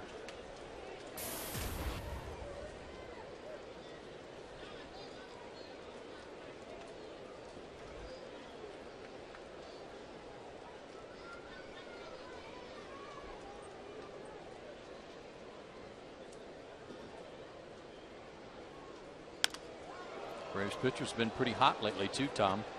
Lowe's been on a good run. Tim Hudson's been hot. Hudson was 4 for his last 8 going to his game last night. Well, you get plenty of opportunities up there with the bat to help yourself out, and most of the time, obviously, the bunt gets all the attention and guys' ability to do that. But every now and then, you got to come up with a big base hit.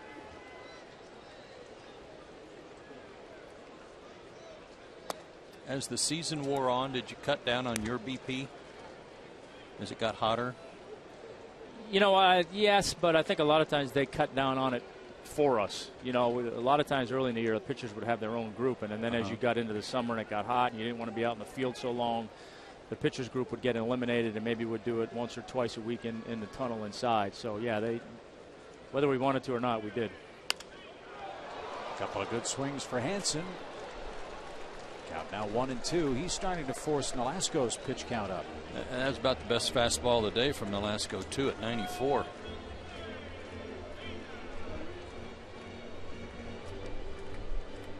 Do you look breaking ball here after that big fastball? I would.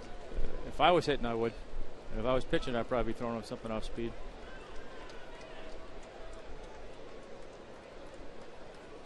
It was, and it was tapped back to the mound.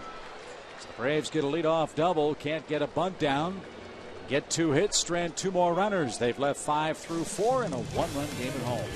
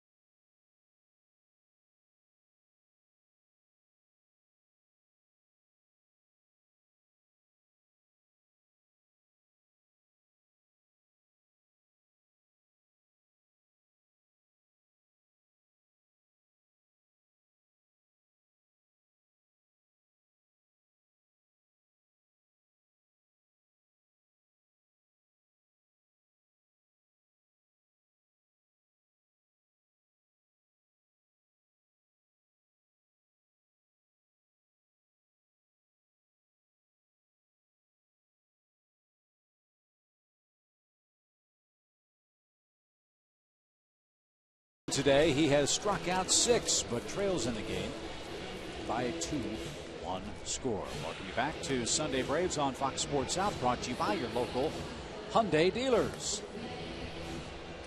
The Marlins will bring the top of their order up against the Braves' big right-hander Bonifacio, Infante, and Greg Dobbs. Dobbs doubled home the go-ahead run for Florida way back in inning number 3.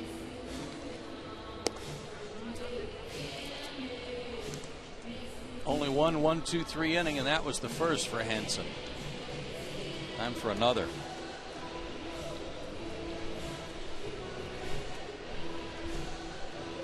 So Bonifacio bats. He's 0 for 2, 2 for 10 as we showed you in the series. Popped out in the first, struck out swinging to start the Florida third. Braves have a 5-game win streak over the Marlins. Would love to extend that and perhaps gain some ground on the Phillies.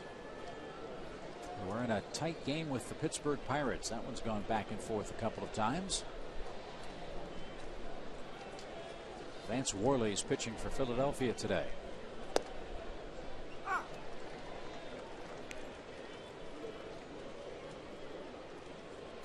Against that guy that dazzled the Braves, he was very impressive, and that's Karstens. Jeff Karstens pitched a good game.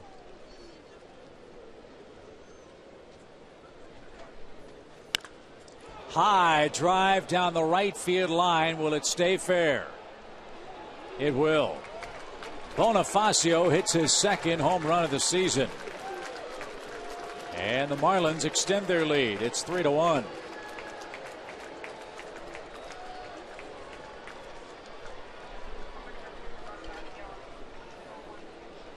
His first since May 1st. Well, it wasn't a cheapie.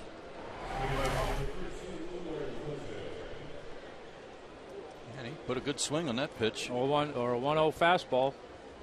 Put a good swing on. The only question is whether or not it was going to hook foul. I know this may sound strange, but a lot of times as a pitcher, I'd rather see that leadoff ball get out of the ballpark than have that speedy guy on second base. And now you're having to deal with speed in the middle of the lineup and all that going on. It's almost like you'd rather just give up the solo and move on. And a lot of times it ends up being an easier inning. Interesting. Well, look how excited his teammates were.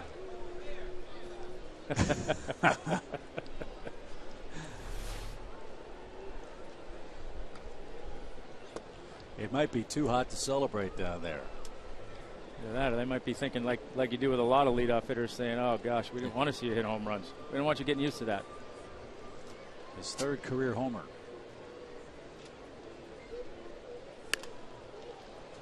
Now a pop-up. And Costanza makes the play. Infante retired for the first out.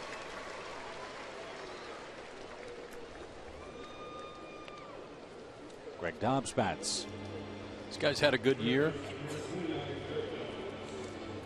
Bonifacio being hot. Morrison with a lot of RBIs this month. 26 for the month. Didn't leave him a lot of playing time. But he came into this game 5 for his last 10, 10 for 23, and hitting .307. And a real surprise, too. He was a non-roster player for the Marlins. This spring training, they have, or had used, a lot of those spring training innings for Matt Dominguez, who was their #1 pick way back in 2007. Dominguez, they feel, is going to be a big slugging third baseman type. But he didn't have a particularly good spring. And would have been making the jump from AA to the bigs. So Dobbs gets a chance to play every day. He's put up good numbers for him. And he's in good shape. I'm not saying that he's a trim guy, slim guy, and not that he got overweight or anything when he was in Philadelphia, but sometimes when you get comfortable in a place like he did there as kind of a pinch hitter, you're not in as good a playing condition as you perhaps should be. Either that or maybe his hero was Matt Stairs. Could be.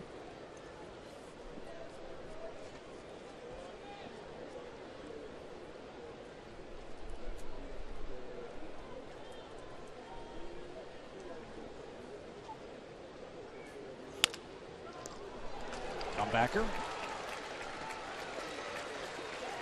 2 are out. Braves baseball on Fox Sports South is brought to you by Miller High Life. This summer, find out how giving back bottle caps can give returning vets a piece of the high life. Go to MillerHighLife.com for details.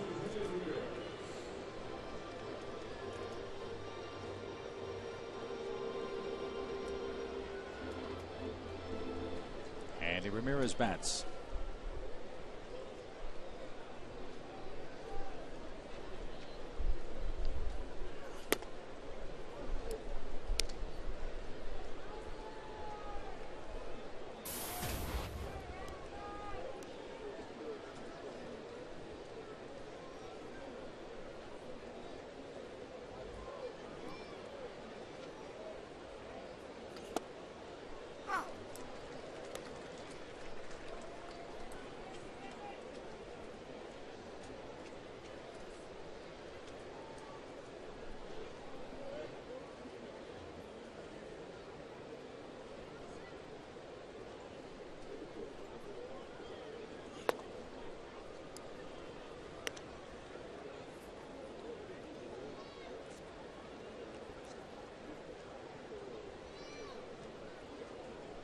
Tommy had thrown a total of 13 innings against the Marlins this year without allowing a run before he gave up that run in the second.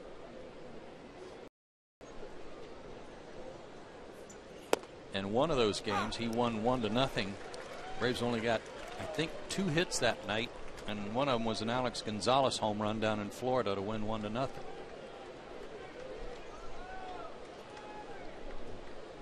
Doesn't seem to be quite as sharp today as he's been in the previous 2 starts against the Marlins. Seen a handful of times where I don't know if he's thinking he should be getting that call in the outside corner, or he's getting frustrated with himself because he's not hitting his spot out there as much as he wants to.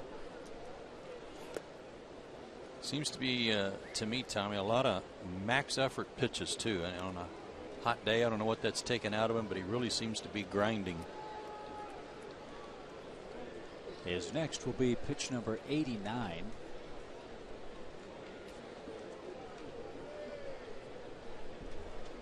Two to one strikes. 2-1 strikes would not wouldn't make you. It doesn't give you an indication that he's not on his game, but.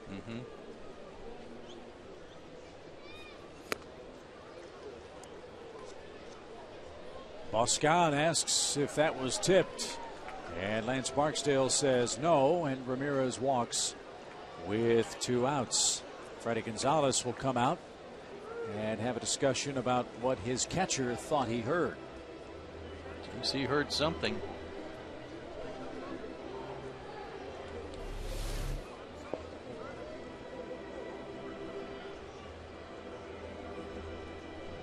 Let's check the audio out.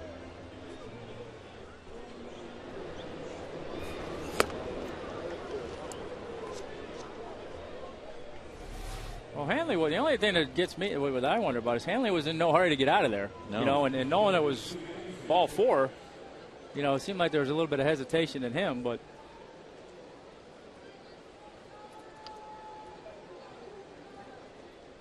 So a couple of walks to Hanley Ramirez. This one comes in the 5th inning with 2 outs. Now Gabby Sanchez, the batter.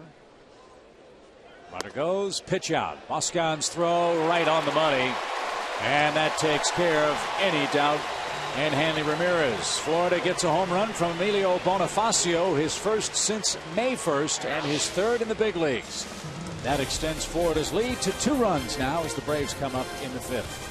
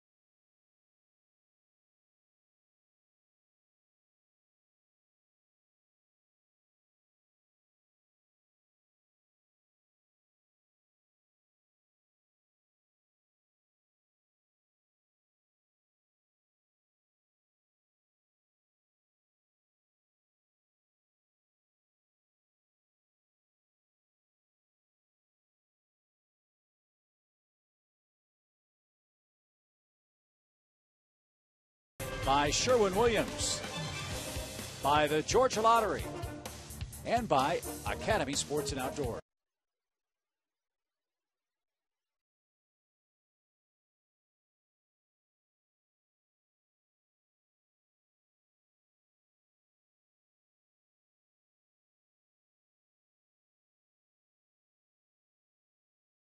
Ram Trucks by Sherwin-Williams, by the Georgia Lottery, and by Academy Sports and Outdoors. Florida now leads 3-1 as we head to the bottom of the fifth inning, but the top of the order is coming up against Ricky Nolasco. Online now at foxsportsouth.com. Enjoy the ultimate second screen experience while you're watching today's Braves game on Game Connect. Track every pitch, get instant player stats, and even link up with social media. Check out Game Connect at foxsportsouth.com.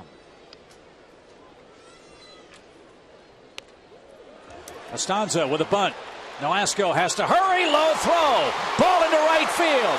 Costanza on his way to second. He's going to make the turn. He's going to go to third. The throw. Got him.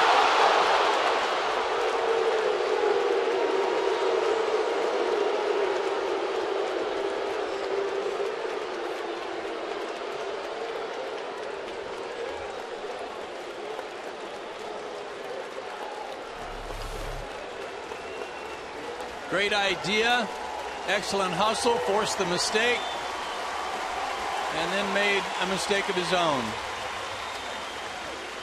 Got a little carried away there trying to go all the way to the third base bag, and you don't want to make the first out there. No. But you see the element of speed, what it brings to the game. Forced Nolasco to make a bad throw. Well, that was a lot closer than it looked. No hesitation by the third base umpire, Fielding Culbreth. And one out for Martin Prado.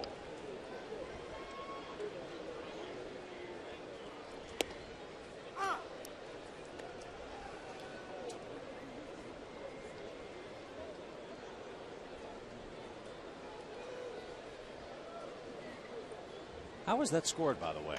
It was an E1. But they said 9-5. I thought it was Infante that made that throw. Infante made the throw.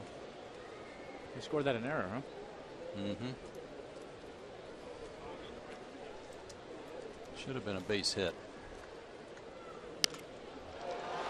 That's headed toward the gap, and Cameron plays it on a hop. Had a series of those today, haven't we? Uh-huh. Off of Sanchez. Omar's the one that tracked it down over here. He made a throw on the fly, and a good throw. Wow. Which may have been a bad break for the Braves, because Infante just kind of stood there and didn't do anything. I was surprised that he wasn't following the play over there to back it up in case there was a bad throw. And had he, Costanza probably would have stopped at second. Mm-hmm. I'm still not convinced he wasn't safe at third. But Prado at first, one out for Freddie.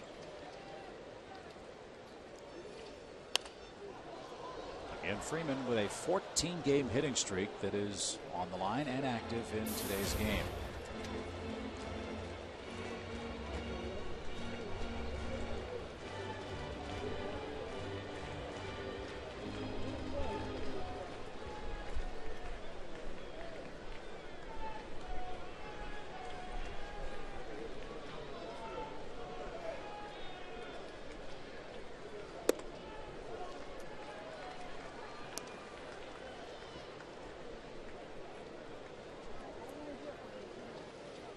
One of the differences between Hayward and Freeman in terms of pitching them inside is with Jason standing so far off the plate, there's still some room, even on a ball in off the plate, there's room for him to swing. Unless it's down, there's not for Freddie. He can drop the barrel down on a pitch down and in that might be a little in off the plate. But anything up, there's no room to swing, so more than likely he's going to take it and not chase that pitch. Same question. Is this guy a tougher guy to pitch to because of that than Jason Hayward at this point? I think at this point he is. I don't know, moving forward, who knows, but You know, I think any guy like Freddie that you know can go from line to line, they're tough to pitch.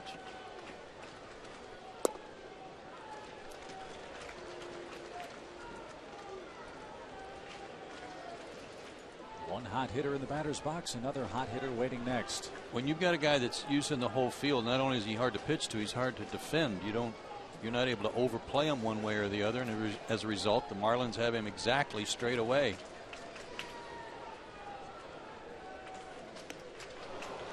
And he swung through that ball and is retired for the second out.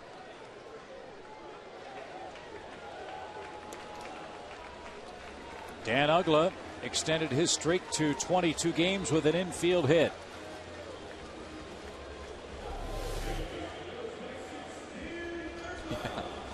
Yes, they are.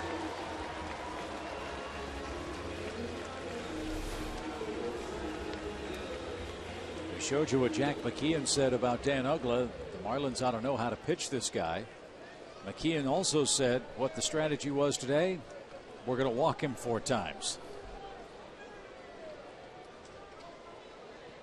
They haven't yet today. Well, I don't think it's a question of not knowing how to pitch him. Sometimes it's a question of executing your pitches that you're trying to execute. And sometimes when a guy's this hot, every now and then you got to tip your hat to him, because trust me, if he's got a hitting streak like this and doing what he's doing, they're not all mistakes.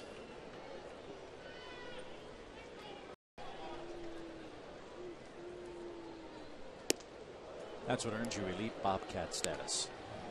That it does. Elite dancing Bobcat.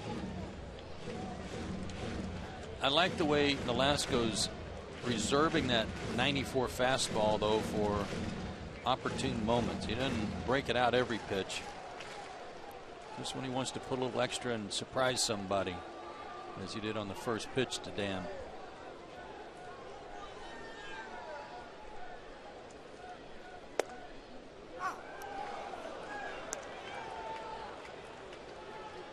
One and two.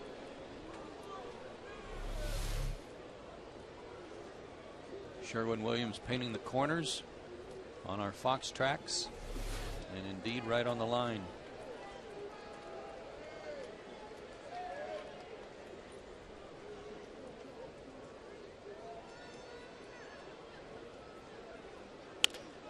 Toward third. Dobbs fires to second, and that'll do it for the Braves in the 5th inning. On we go to the 6th. Florida still leads the game 3-1.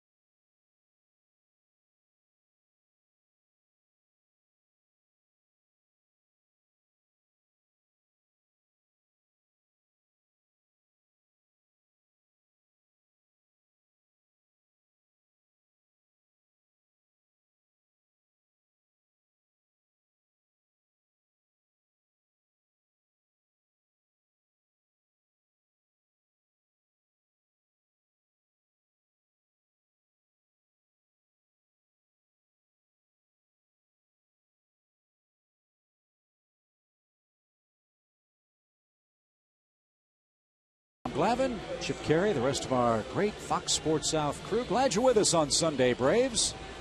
Jose Costanza got the crowd roaring, but was thrown out at third base with the first out of the Braves half of the 5th inning. And with his speed, the subject of our AT&T Ubers trivia question: who's the last Brave to lead the National League in steals? How about Ralph Garr? I had Gator on my mind. I have no idea. Brett Butler. That's a good one.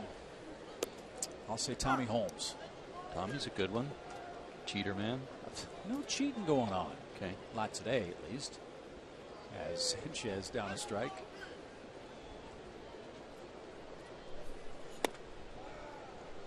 And the answer is... Oh, Billy Bruton. That was my 25. next guess. 25.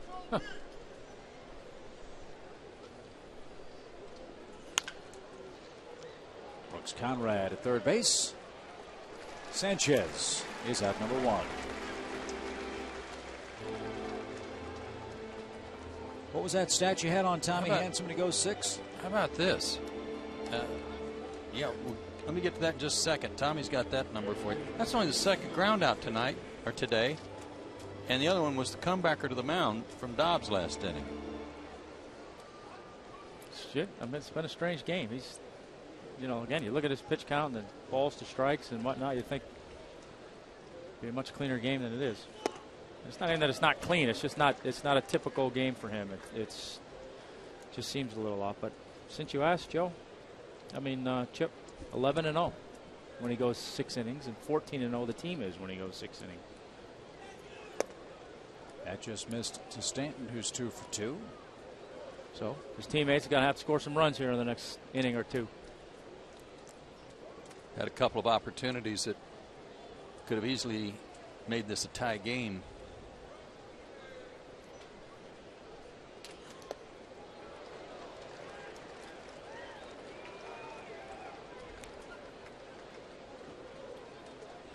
Trade deadline a half hour away. 4 o'clock Eastern time is when all the paperwork has to be in with the league office. Probably be a little flurry right there before the top of the hour. Wouldn't you think? I just wondered why it took executives so long to change the time. You know, it was midnight, so they're up. Yeah, how'd you like to be the poor executive assistants in New York at the Major League office waiting for all that stuff to come back in the days of faxes and such? Hold on, ran out of paper on the fax machine. Faxes and phone calls. Yeah. There was also that rule that existed at August 31st, so you had to be on a team's roster by August 31st to be eligible for the postseason, that you had to be in their airspace before midnight of September 1st. Good pitch, got Stanton. 7th strikeout. Well, like computers on the platforms of broadcast booths, baseball indeed moving into the 21st century.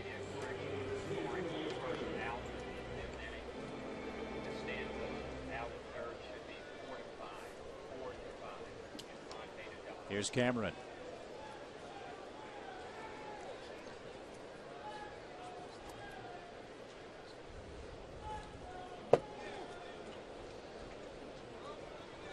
That one was a little short. Yeah, that was the proverbial 55-foot curveball. Close to a 50-footer. Yep.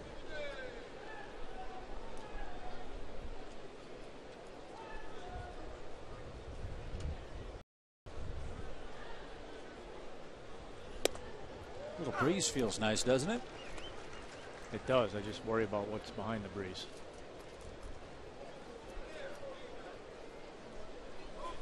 Wind blowing from left to right for Mike Cameron, who has struck out twice. And he's 1 pitch away from making it 3.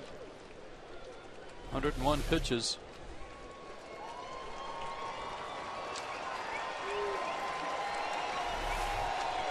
Middle of the order due up for Atlanta in the 6th.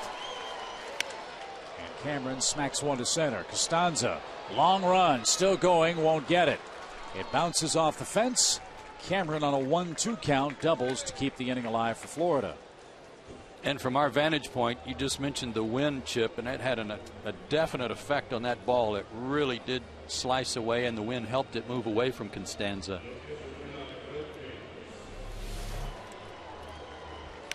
The more he ran after that ball, the more it kept going away from him.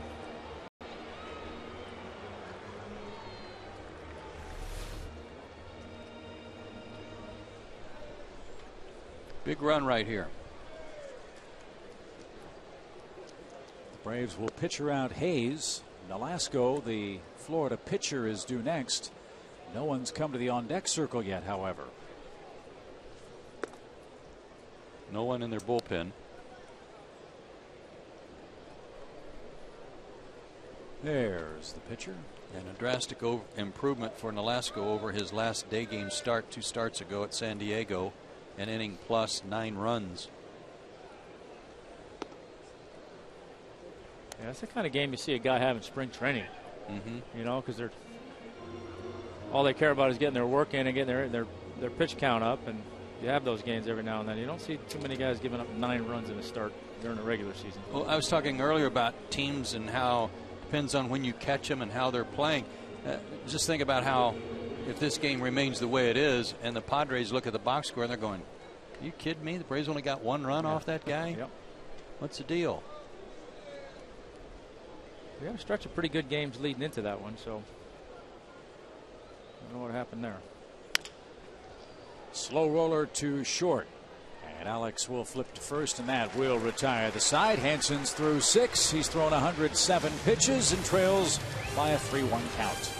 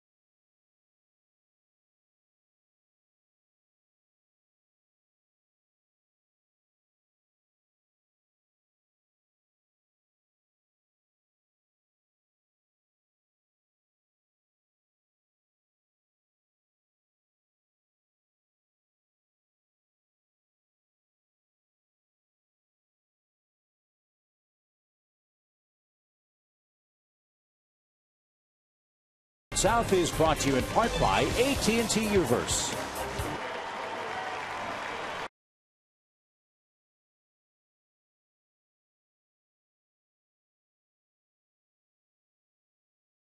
Fox Sports South is brought to you in part by AT&T Uverse, by Geico, by Toyota, and by Georgia Power. Lieutenant Colonel Rhett Greiner out of Jonesboro, Georgia. A hometown hero honored in between innings here in Atlanta.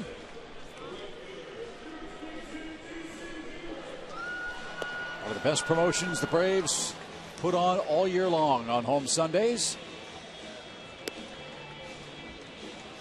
And after big standing ovation for Colonel Greiner, let's see if the Braves bats can do some work against Ricky Nolasco.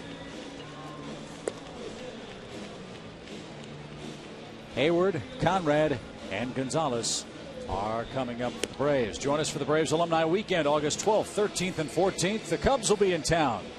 Tommy, I know everybody's excited about Bobby Cox and his number 6 jersey number being retired. 20 years ago, you were part of that worst to first team in 1991. There'll be an Alumni Legends game on Saturday. Fan autographs all weekend long. Braves.com/tickets, the website. By phone 800-745-3000. What's the turnout going to be from the alumni? From what I hear, pretty good. I think there's a good number of guys coming back, and it should be a fun weekend between Bobby's Day on Friday and then the reunion and the golf tournament on Monday. Should be fun. Hopefully it'll cool off a little by then, but I doubt it.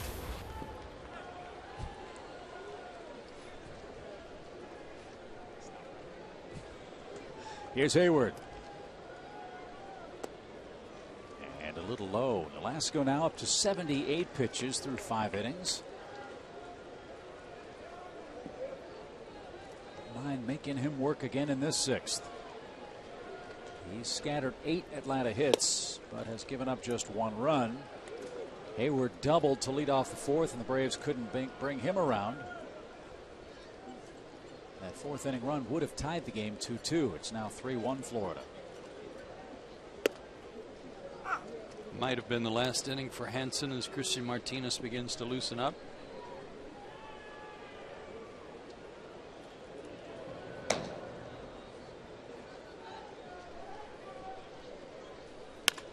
Back up the middle. He hit one to left last time. That one back through the box. And Hayward's 2 for 3. And again, Atlanta puts the leadoff man aboard. When he's going at his worst, he has a tendency to cast out around the ball. He swings out around it, kind of sweeps his bat.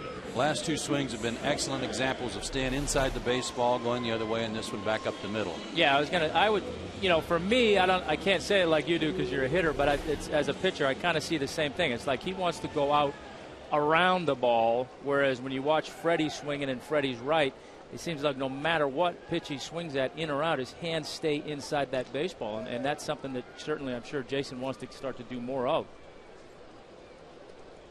So for a non-pitcher and a non-hitter, when you say hands inside the baseball, the hands go first. When you're going around, you see the barrel of the bat coming at you first. Yes, but as a broadcaster, Chip, you'll never understand. Thanks. So we do our best. It's one of many things that's on that particular list. We just try to help you the best we can. Thank you.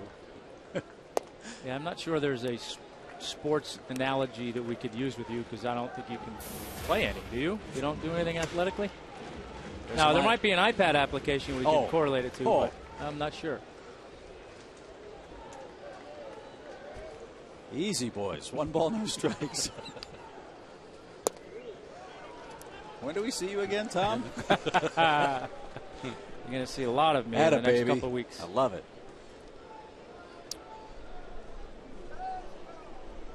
Velasco's really slowed down his pace. You see, with every pitch, he's almost gasping for a breath, as hot as it appears to be. That one's up the middle, too. Hayward, big turn, and Cameron slow to the baseball in center, and Jason in at third base, and again the Braves have them at first and third. 2 hits for Brooks Conrad today. Yeah, you're cooking. Marlins bullpen beginning to stir. Pitch out away from Brooks, and he didn't try to pull it. That's frustrating too as a pitcher, isn't it, when you got one right at your feet? Yeah, where you know that if you finish in a little bit better position, that's probably a ground ball double play. But you and Greg both did that, though. You both finished in a good fielding position. Is that something that just came naturally to you, or were you taught that? I think I was taught it to a certain extent, but in terms of early on continuing to change my delivery and refine my delivery from what it was when I was a high school kid and then even through the minor leagues. You continue to confine it, become more under control, and then eventually, you want to settle in a good pitching fielding position, but a lot of times your mechanics won't allow you to do that. And I just think over time I kind of got more and more under control to where it was natural for me. It's all set up for the Braves here, first and third with nobody out. Alex Gonzalez, the batter. 10 Atlanta hits, 1 Atlanta run so far. Let's change that.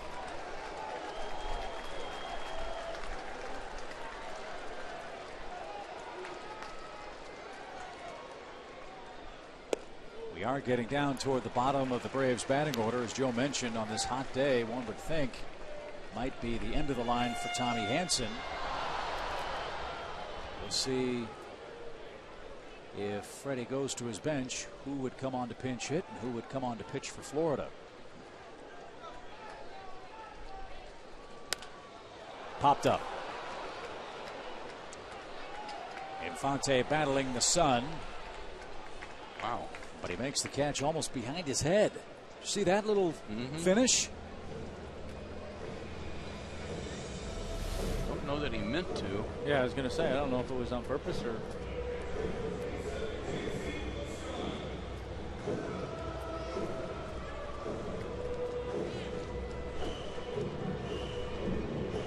A little more more behind his head than he wanted it to be in terms of backpedaling.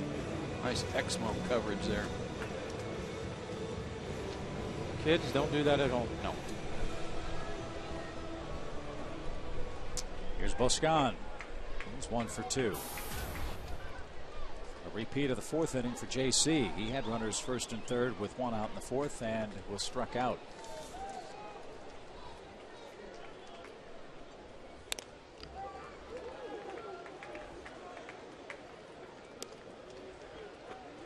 Boscan 1 for 3 as a major league hitter. 1 for 2 today. His second inning single to right field was his first big league safety. This is his first big league start, his 15th professional season.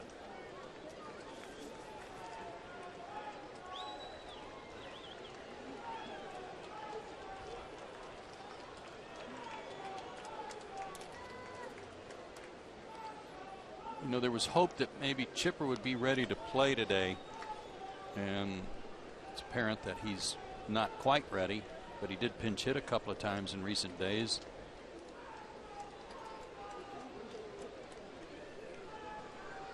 Lugo getting ready to hit next for Hansen.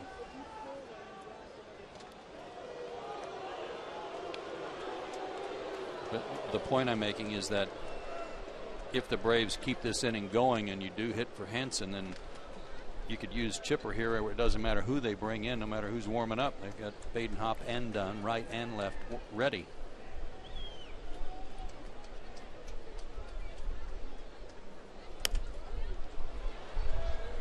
You know, I'm sure the tough call for Freddie and a manager in that situation when you have a piece like that that's on the bench is trying to figure out, okay, when is his opportunity to have the most impact going to be? And you know, you might have the tendency to look at it now and say, well, it's only the 6th inning, but you know what? The game may not be on the line any more than it is right now. That's right. Boscan came up in a similar situation his last time up, first and third, and 1 out, needed to put the ball in play and struck out, and he needs to put the ball in play here.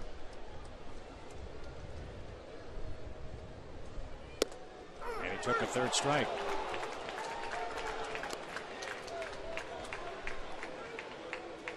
So Boscan strikes out. Lugo being called back. Let's see who comes out of the Braves dugout to pinch hit.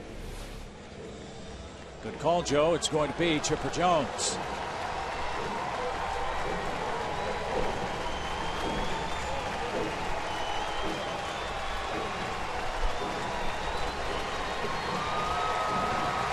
So that kind of ties the hands of Jack McKeon a little bit if he decides to go get Nolasco.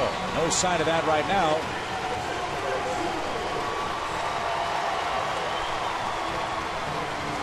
You know, Jack McKeon knows of this head-to-head history. And know this too, when Chipper has been pinch hitting the last week or so, fellas, he's been very aggressive early in the count. Big swings on first pitches. And really got robbed on a shot he hit against the Pirates when Alvarez made that great play to save a double. Well, Nolasco knows the numbers that Chipper has against him too, and he knows this is probably the point in time where the game's on the line. So, you know, you're still in a situation where you've got a base open. Granted, it's not first base, but if he's anything other than careful with Constanza on deck, then I'm not sure what he's thinking. Shows you what I'm thinking. He went right after him with fastball inside. And again, Chipper, a good cut on the first pitch. But that's kind of the scouting report on Nolasco too, that if you give him a lead, you give him a couple of 3 runs to work with, he's not a whole lot unlike Tim Hudson in that he quits nibbling and trying to get ground balls. He becomes more aggressive in the middle of the plate.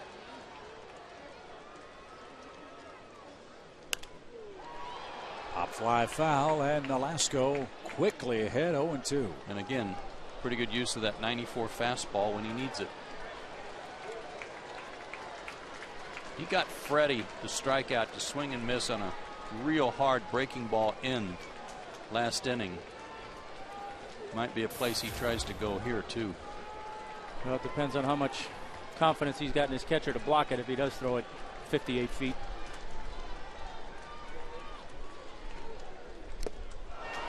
Breaking ball, and on 3 pitches, Nolasco takes care of the Braves. and Chipper Jones, who is pinch hitting. Atlanta got the first 2 runners on again in the 6th, but could not break through for a 2nd or 3rd run today.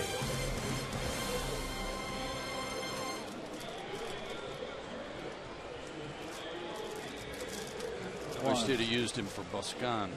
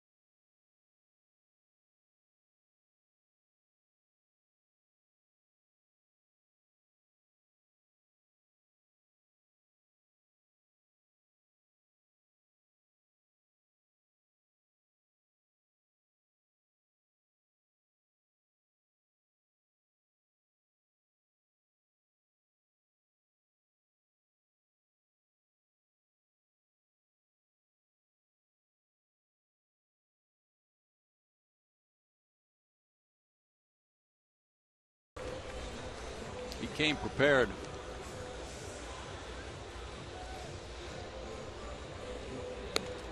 And after 6, Tommy Hanson is taken down for right-hander Christian Martinez. He'll answer the AT&T call to the bullpen. You talk about unsung heroes. What a job this kid did in the 19-inning marathon against the Pittsburgh Pirates. When things looked hopeless, Martinez innings of 2-hit shutout relief with 6 strikeouts. And has needed all the time since then to bounce back and be ready to pitch today. I bet he has.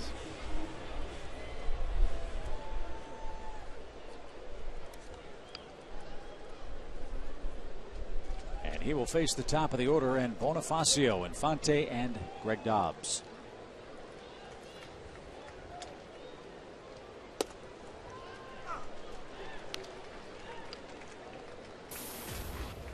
Bonifacio homered his last time up, so he's got a new hit streak of 2 games that he'll take with him to New York.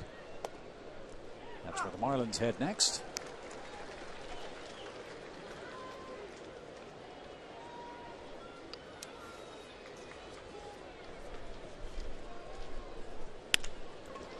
That's deflected towards second. Ugla has to hurry and got his man. What a play.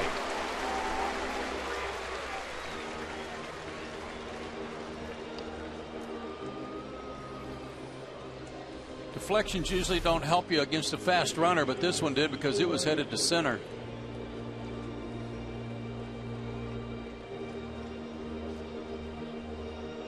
What do you think? I was waiting for this one.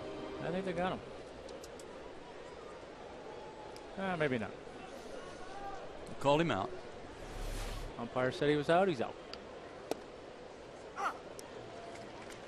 Omar Infante, the batter, he's bunted for a single and scored on a Dobbs double back in the 3rd. He's 1 for 3.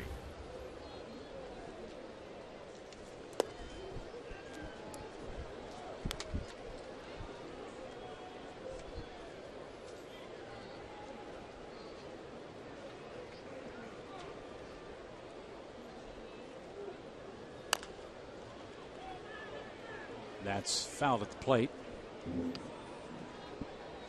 Looking at the pitchers the Marlins are going to be facing against the Mets gives you a good idea who Atlanta might see next weekend, and looks like they'll probably see Mike Pelfrey and or Chris Capuano. They might miss Dylan G, who will pitch Wednesday.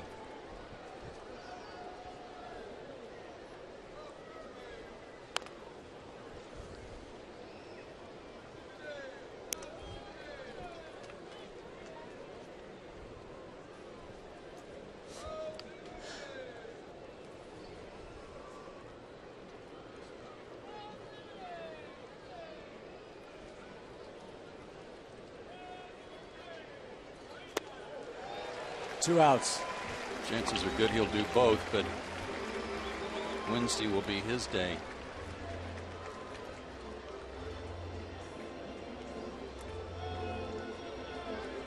As part of our Fox Sports Supports charitable initiative, we're proud to wear these pins during our 2011 MLB games on Fox Sports South this year. We support Stand Up to Cancer and their work to fund groundbreaking research that helps accelerate treatment to patients. For more information, please visit standuptocancer.org/Fox Sports.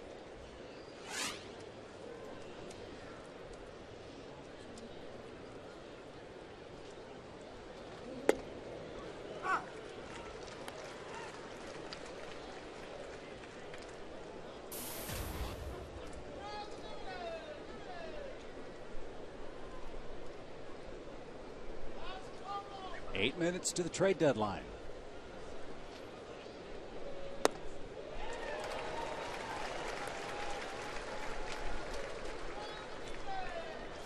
Is Frank on the phone? It's always fun to check and see if the general manager's on speed dial with anybody. Frank made his big deal this morning. Michael Bourne will probably meet the team in Washington, we understand now. As Greg Dobbs rolls out to the shortstop. 7th inning stretch. Hey, let's get some runs. Braves have had some chances. They've got 10 hits, but trail by a 3-1 score.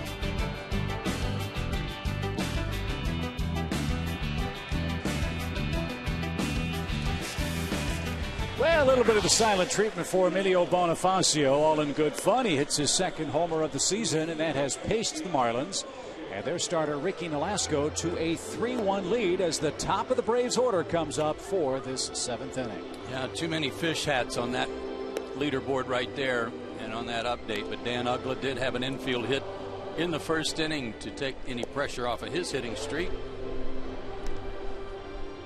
Braves have had lots of opportunities. They just can't come up with a couple of sacrifice flies or base hits to get a single run across here and there. Well, I liked your comparison about Nolasco and Tim Hudson. You're right. This guy has 1st inning trouble. If you don't get him big time, you may not get him at all. He did give up a 1st inning run. Has scattered 7 hits since that 1st inning. The Braves have left 8 men on base. Well, it's cool. He's given up 10 hits and no walks. If there's any walks scattered in there, it might be a different ball game. But he's not given any free passes to complicate matters. And compared to Hansen, he hasn't had as many stressful innings as Tommy had And the fact that he's gotten to the bottom of the order when he did have first and third and one out, that helped him a ton too.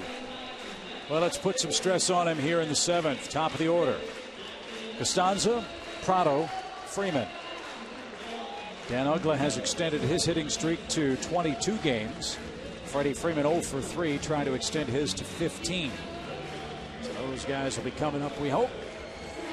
Marlins bullpen busy just in case Ricky has some 7th inning trouble. Well, the only way you're going to go give up 10 hits in a game and only give up 1 run is not walking anybody. And Velasco has done a good job of that today. He's also been fortunate to have the run scoring situations with the bottom of the order coming up. Sometimes you're. It's game management. Yeah, exactly right. Does that pitcher speak for luck? Yes. All right. Yeah. 1-0 count to Jose Costanza. And 2-0.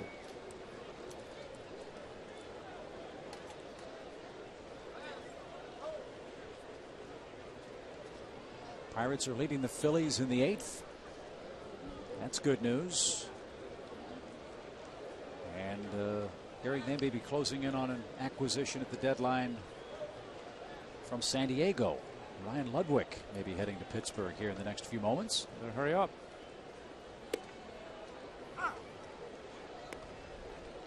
If Pittsburgh can win that game and the Braves can come back and win this one, all of a sudden Atlanta would be 4 back heading into play on August 1st.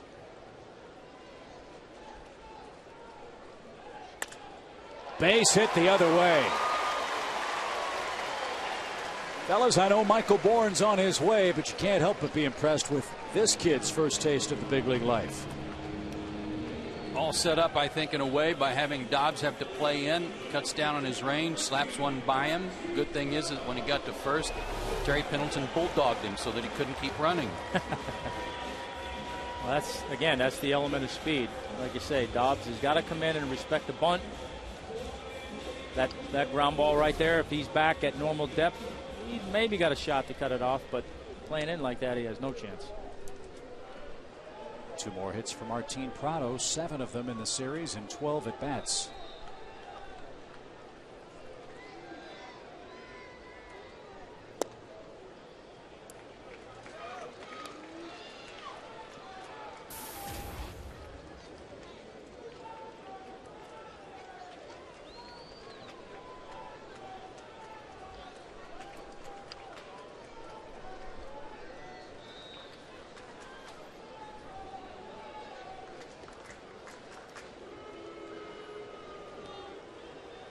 This is good. Guy on that can run and distract him a little bit, might force a mistake. And with Martin, that could be a mistake that ties the game.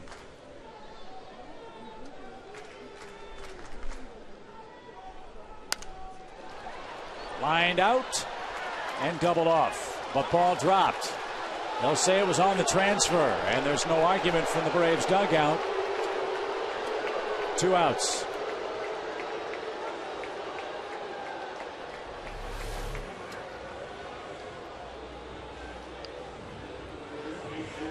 Yeah, had it plenty of time.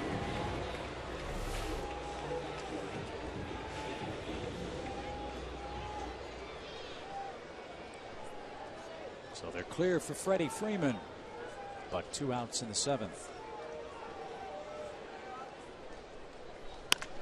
Line drive, the streak lives. Freddie Freeman singles in the 7th, and that brings up Dan Uggla. Will we see Jack McKeon? The answer is yes. What is that, the 4th time today that a base hit has followed a mistake on the part of the offense?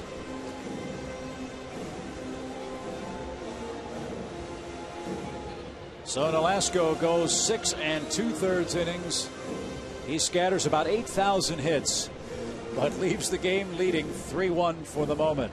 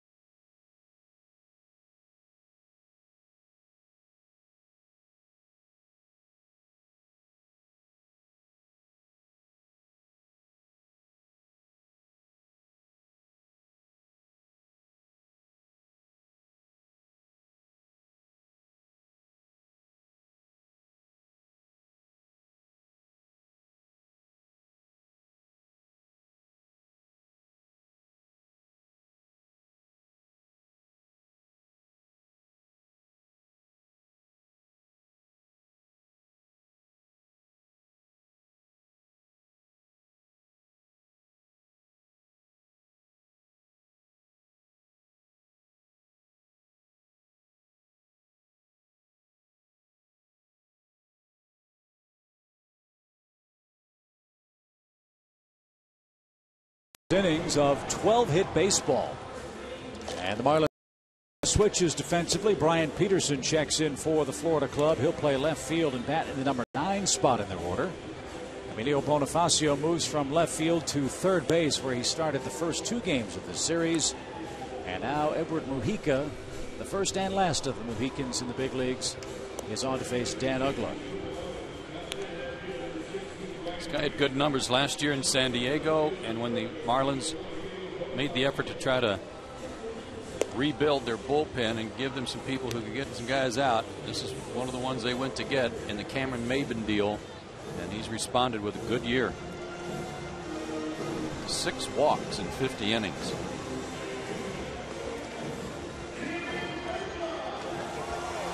Uggla's 0 for 3 against him with a couple of strikeouts. During this long 22-game hit streak for Dan, he's hit 1 here would tie it up. He's hit 2 3-run homers in this series.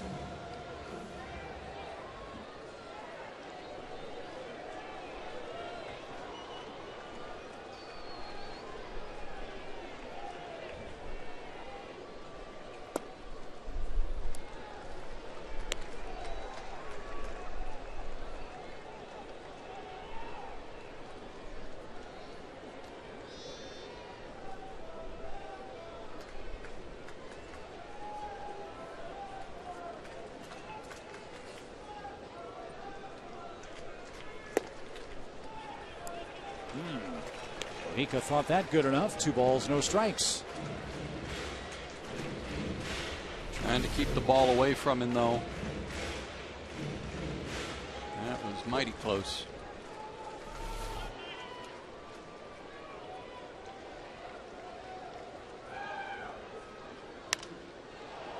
High pop fly, slicing foul to the right side.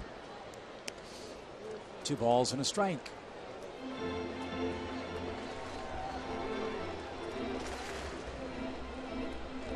First final in today. Tigers beat the Angels 3-2. Justin Verlander won his 15th. He beat Weaver, who's now 14-5, and took a no-hitter late into that ball game. Yeah, into the 8th inning, I think.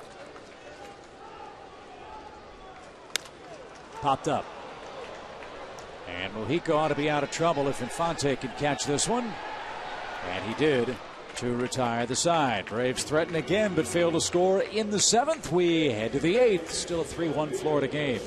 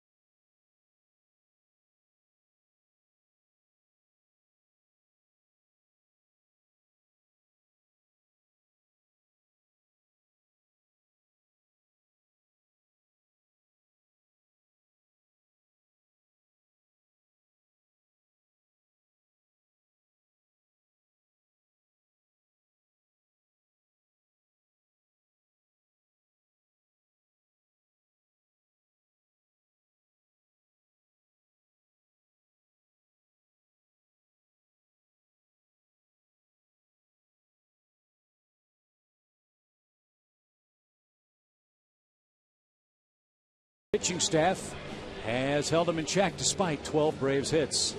Amazing how the Braves have had all that many hits and only 1 run. Well, the Marlins have capitalized on opportunities. An RBI single there on an 0-2 pitch from Stanton in the 2nd inning. This double from Dobbs in the 3rd. Played it Infante all the way from first, and then maybe the biggest shock of the day, Emilio Bonifacio going deep. His second homer of the year and third of his career. And he got the silent treatment and still has the silent treatment. First pitch, Hanley Ramirez from one shortstop to another. Christian Martinez continues his good work. He's retired 4 in a row. And Gabby Sanchez coming up. Fans, there are only 4 chances left to see the #1 fireworks show in the Southeast. Publix Friday Night Fireworks takes place after every Friday Braves home game. Get your tickets now for these final can't-miss fireworks shows. For tickets, visit Braves.com or call 800-745-3000. August 12th against the Cubs. August 19th against the Diamondbacks. September 2nd against the Dodgers. And September 16th against the New York Mets. Speaking of Fridays, Saturdays, and Sundays, Walter Banks came in today with his usual brilliance.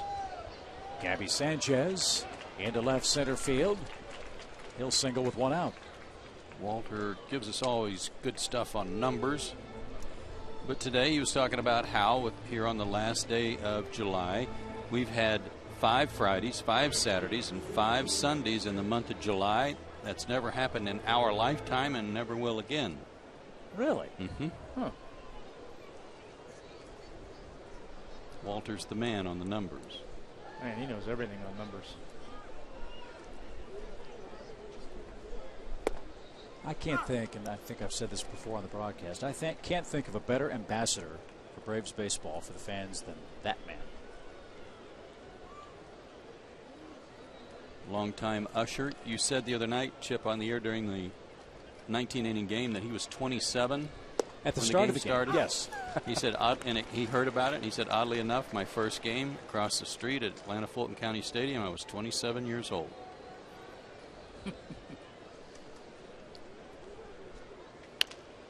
A cue shot. Nice pickup, Freeman. Bullet to second, return to first. How about that double play? Beauty.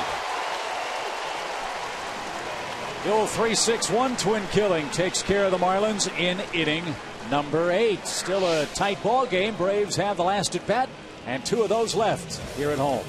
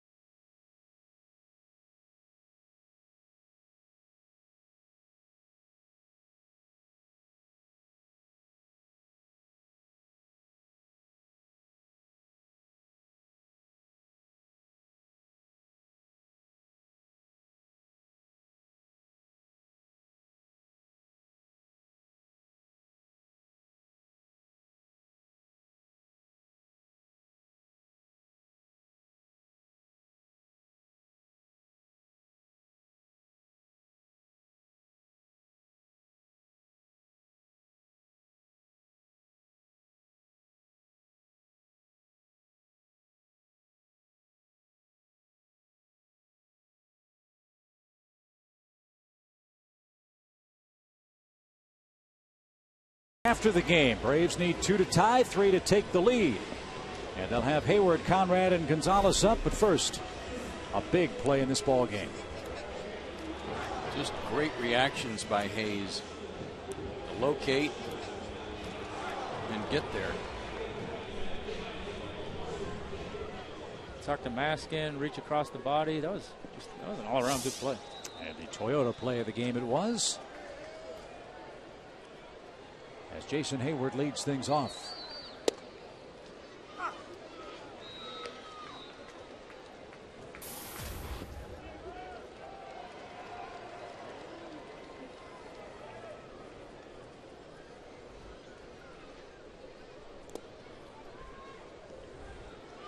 Perhaps signs that Jason's about to go on a hot hitting streak.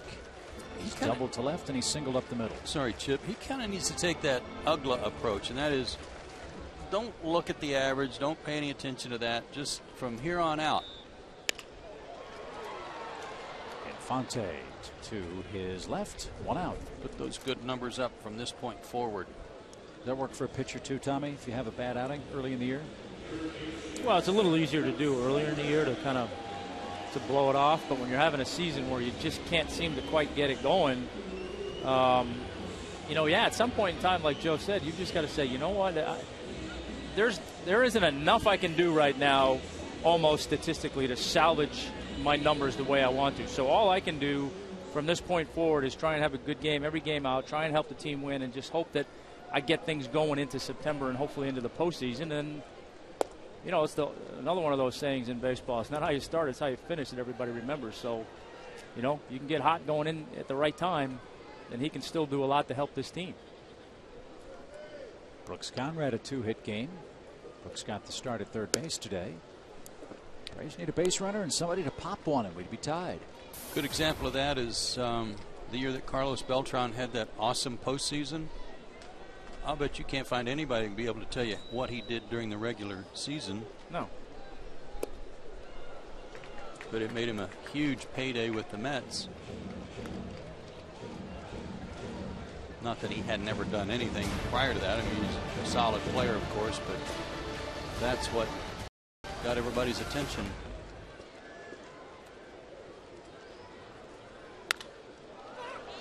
Pop fly into right. Stanton is under it.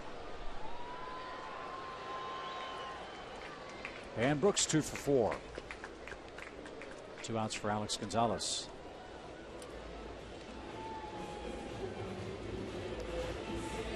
Leo Nunez is the Florida closer. If this game is a save situation, one would think he would come on for the 9th inning. Braves, I believe, have had pretty good luck against him in recent years. Change up, change up, change up. Which is something Randy St. Clair and the Marlins have tried to get him to move away from, just using it on occasion.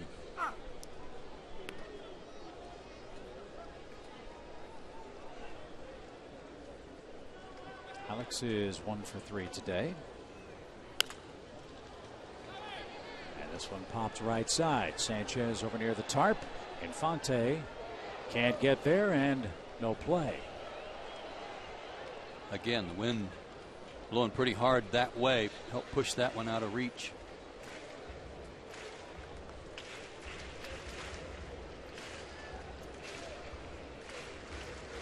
This is a tough day to play. I mean, a tough game for the Marlins to play in that you're on the road. You've already lost the series, and you got to show up today on a day game. It's hotter than blazes, and try to figure out a way to win the game and get out of town with just one win and not be swept. So far, so good for them. And so far, so good for Mujica, who's retired all 4 he's faced in the ball game. Florida leads the game 3-1 as we head to inning number 9.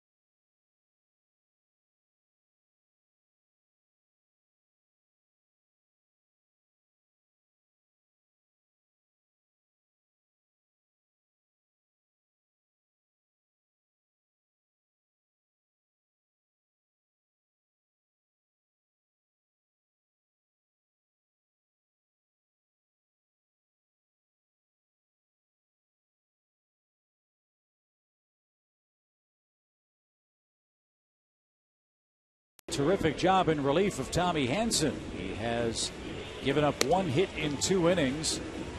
He has kept the Marlins from adding to their lead, and he's also saving the bullpen, giving the bats a chance to get going.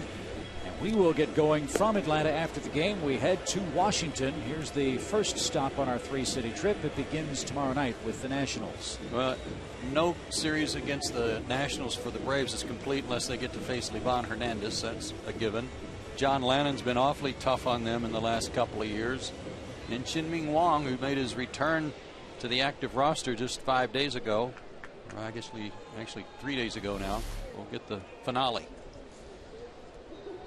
Yeah, they've waited over a year and a half for Chien-Ming Wang to come back to health for the Nationals.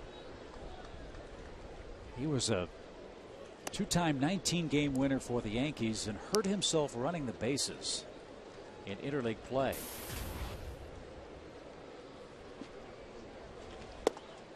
And that led to the New York-led hue and cry. Why in interleague play do we have the pitchers hit? Blah, blah, blah. Why doesn't both leagues use the designated hitter? Because it's not real baseball. Absolutely. Right, Tommy? Exactly. And in most cases, that one, obviously exclude that one. Pitchers are the best athletes on the field.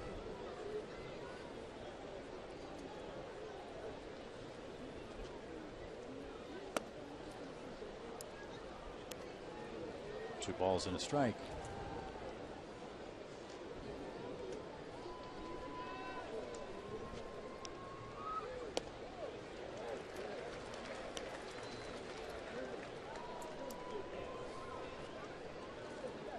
You know, there have been 2 pitches since you said that, and you actually still have a straight face.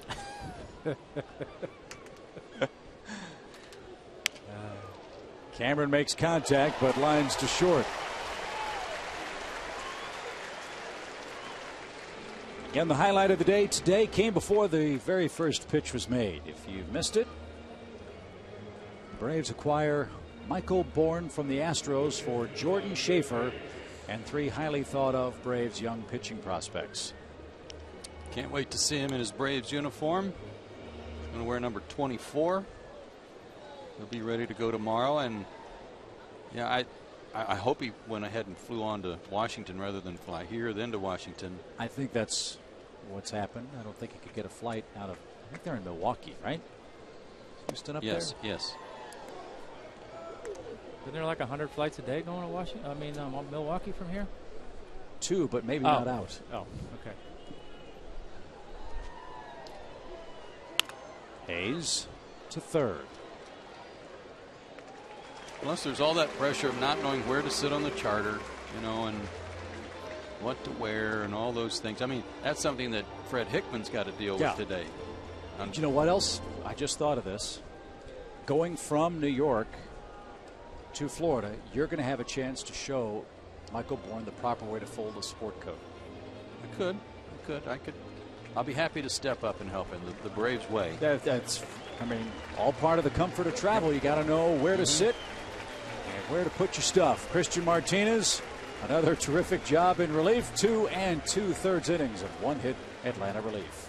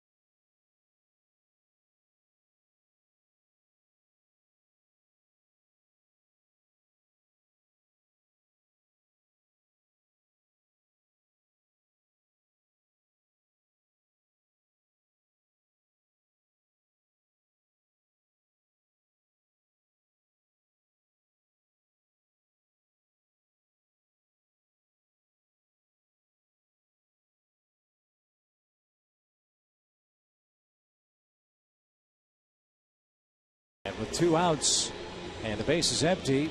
Freddie Gonzalez brings on George Sherrill to face a left-hand hitter. This is still a very manageable game. That's why he makes this move in the 9th. And Brian Peterson coming up. George answers the AT&T call to the bullpen. George Sherrill's numbers, good ERA, 290. 10 walks, 36 strikeouts in 31 innings.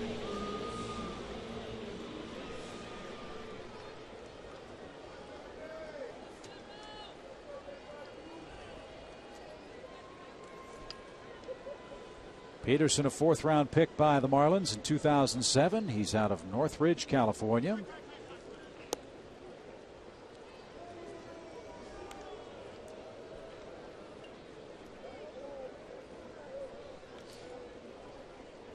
Was 2 for 24 in his first taste of big league life last year. He's 24 years old. And went and played college ball at Cal Irvine. For the Anteaters.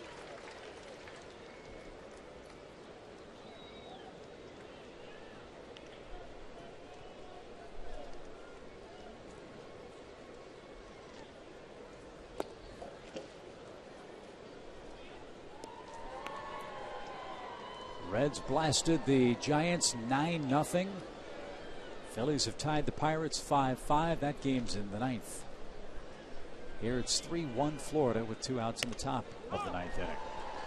And a pop up to the left side. Brooks Conrad right behind the third base bag makes the play. Last chance for Atlanta. 8-9-1 coming up. Leo Nunez was warming for the Marlins. Let's see who pitches for the Fish.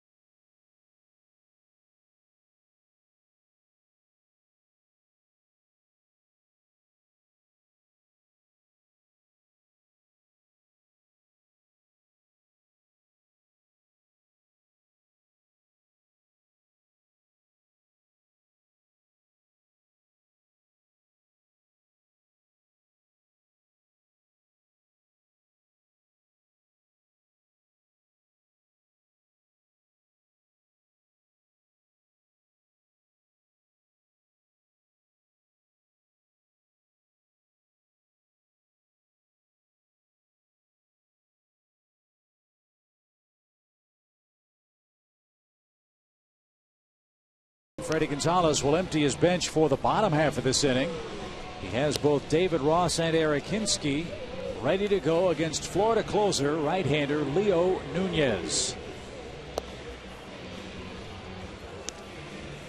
He had a stretch, did Nunez, where he blew 3 out of 4 save opportunities between late May and June 15th. But since then, since the middle of June, he's gone 10 for 10. Got a good fastball, but as I said, he falls in love with his changeup, and they've tried to get him to use it judiciously.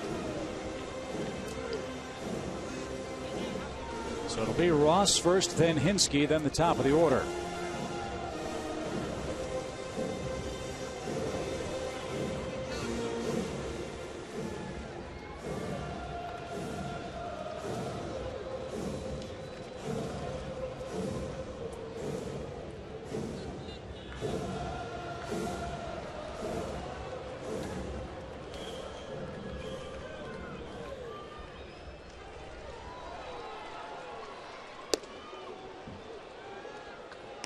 Nunez lifetime against Atlanta, 2 wins, 2 losses, 5 saves, but 9 earned runs in 16 1/3 innings with 11 walks.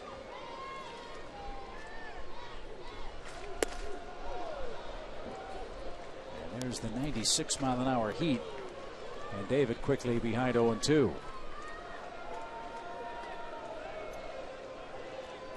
There was some around baseball who thought this guy might have been available before the deadline.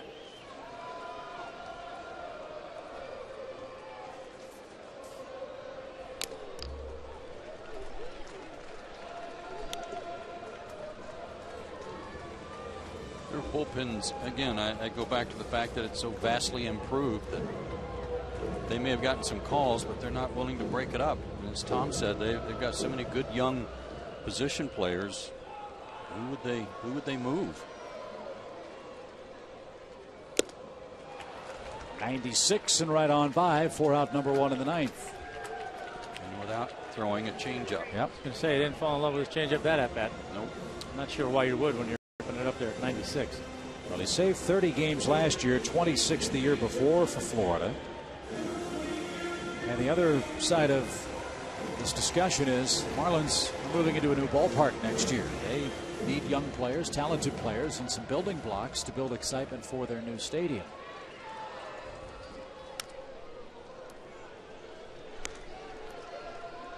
And a young, inexperienced, and relatively inexpensive closer is a real valuable commodity.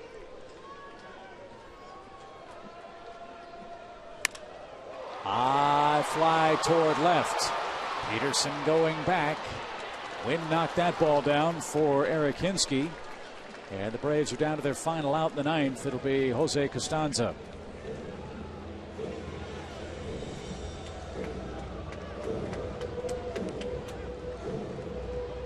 A 2-hit day for Jose.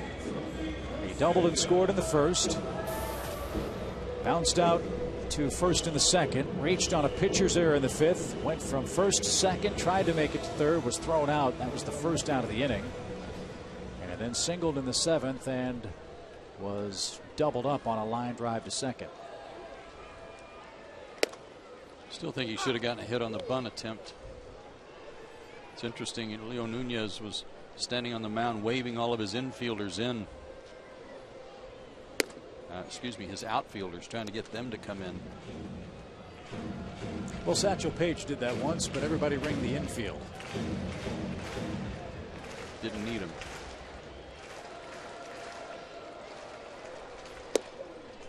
And now the Braves down to their final strike. It's a 1-2 count.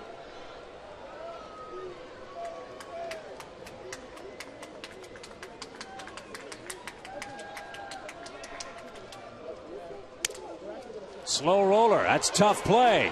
Long throw. Safe.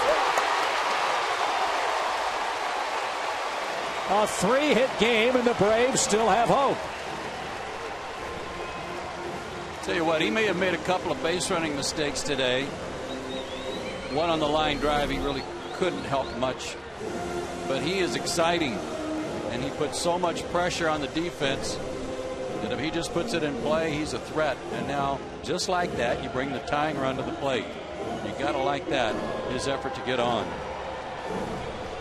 Was that ball going to stay fair at third? I thought it was. I thought it was too. But you think too, he's looking ahead with Michael Bourne coming. Could have a scenario where you have Costanza and Michael Bourne out there playing the outfield for you. Maybe some boys who could go get it. A strike to Prado. Martin has 2 hits and 4 tries. Love to get Freeman up here in the 9th inning. He waits next.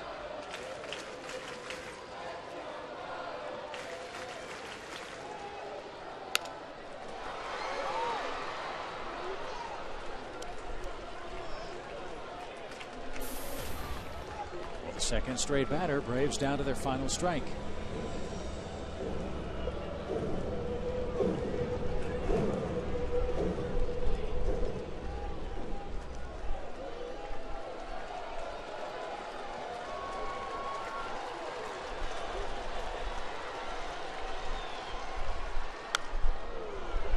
Protect mode.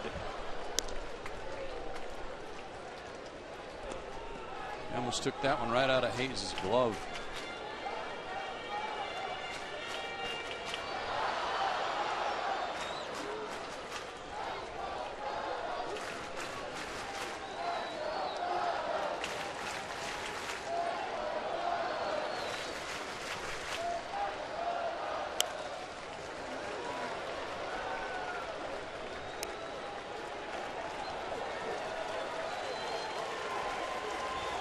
Inside out.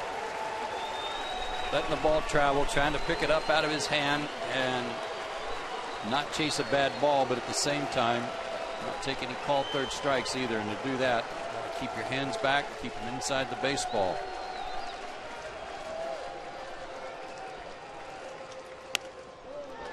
That ball rolled to the right side, and that's going to do it. The Florida Marlins avoid a 3-game sweep. They beat the Braves in Atlanta by a final score of 3-1. Ricky Nolasco, back above 500, earns his 8th win of the season. Tommy Hansen suffers the loss for the Braves. His mark falls to 11-6. Leo Nunez picks up the save for the Marlins. That's our final 3-1 from Atlanta. Coming up next, it's Braves Live from the ballpark. Post-game interviews, Freddie Gonzalez sound, and all of today's highlights. For Joe Simpson and Tom Glavine, Chip Carey inviting you to stay tuned for Braves Live. That's coming right up.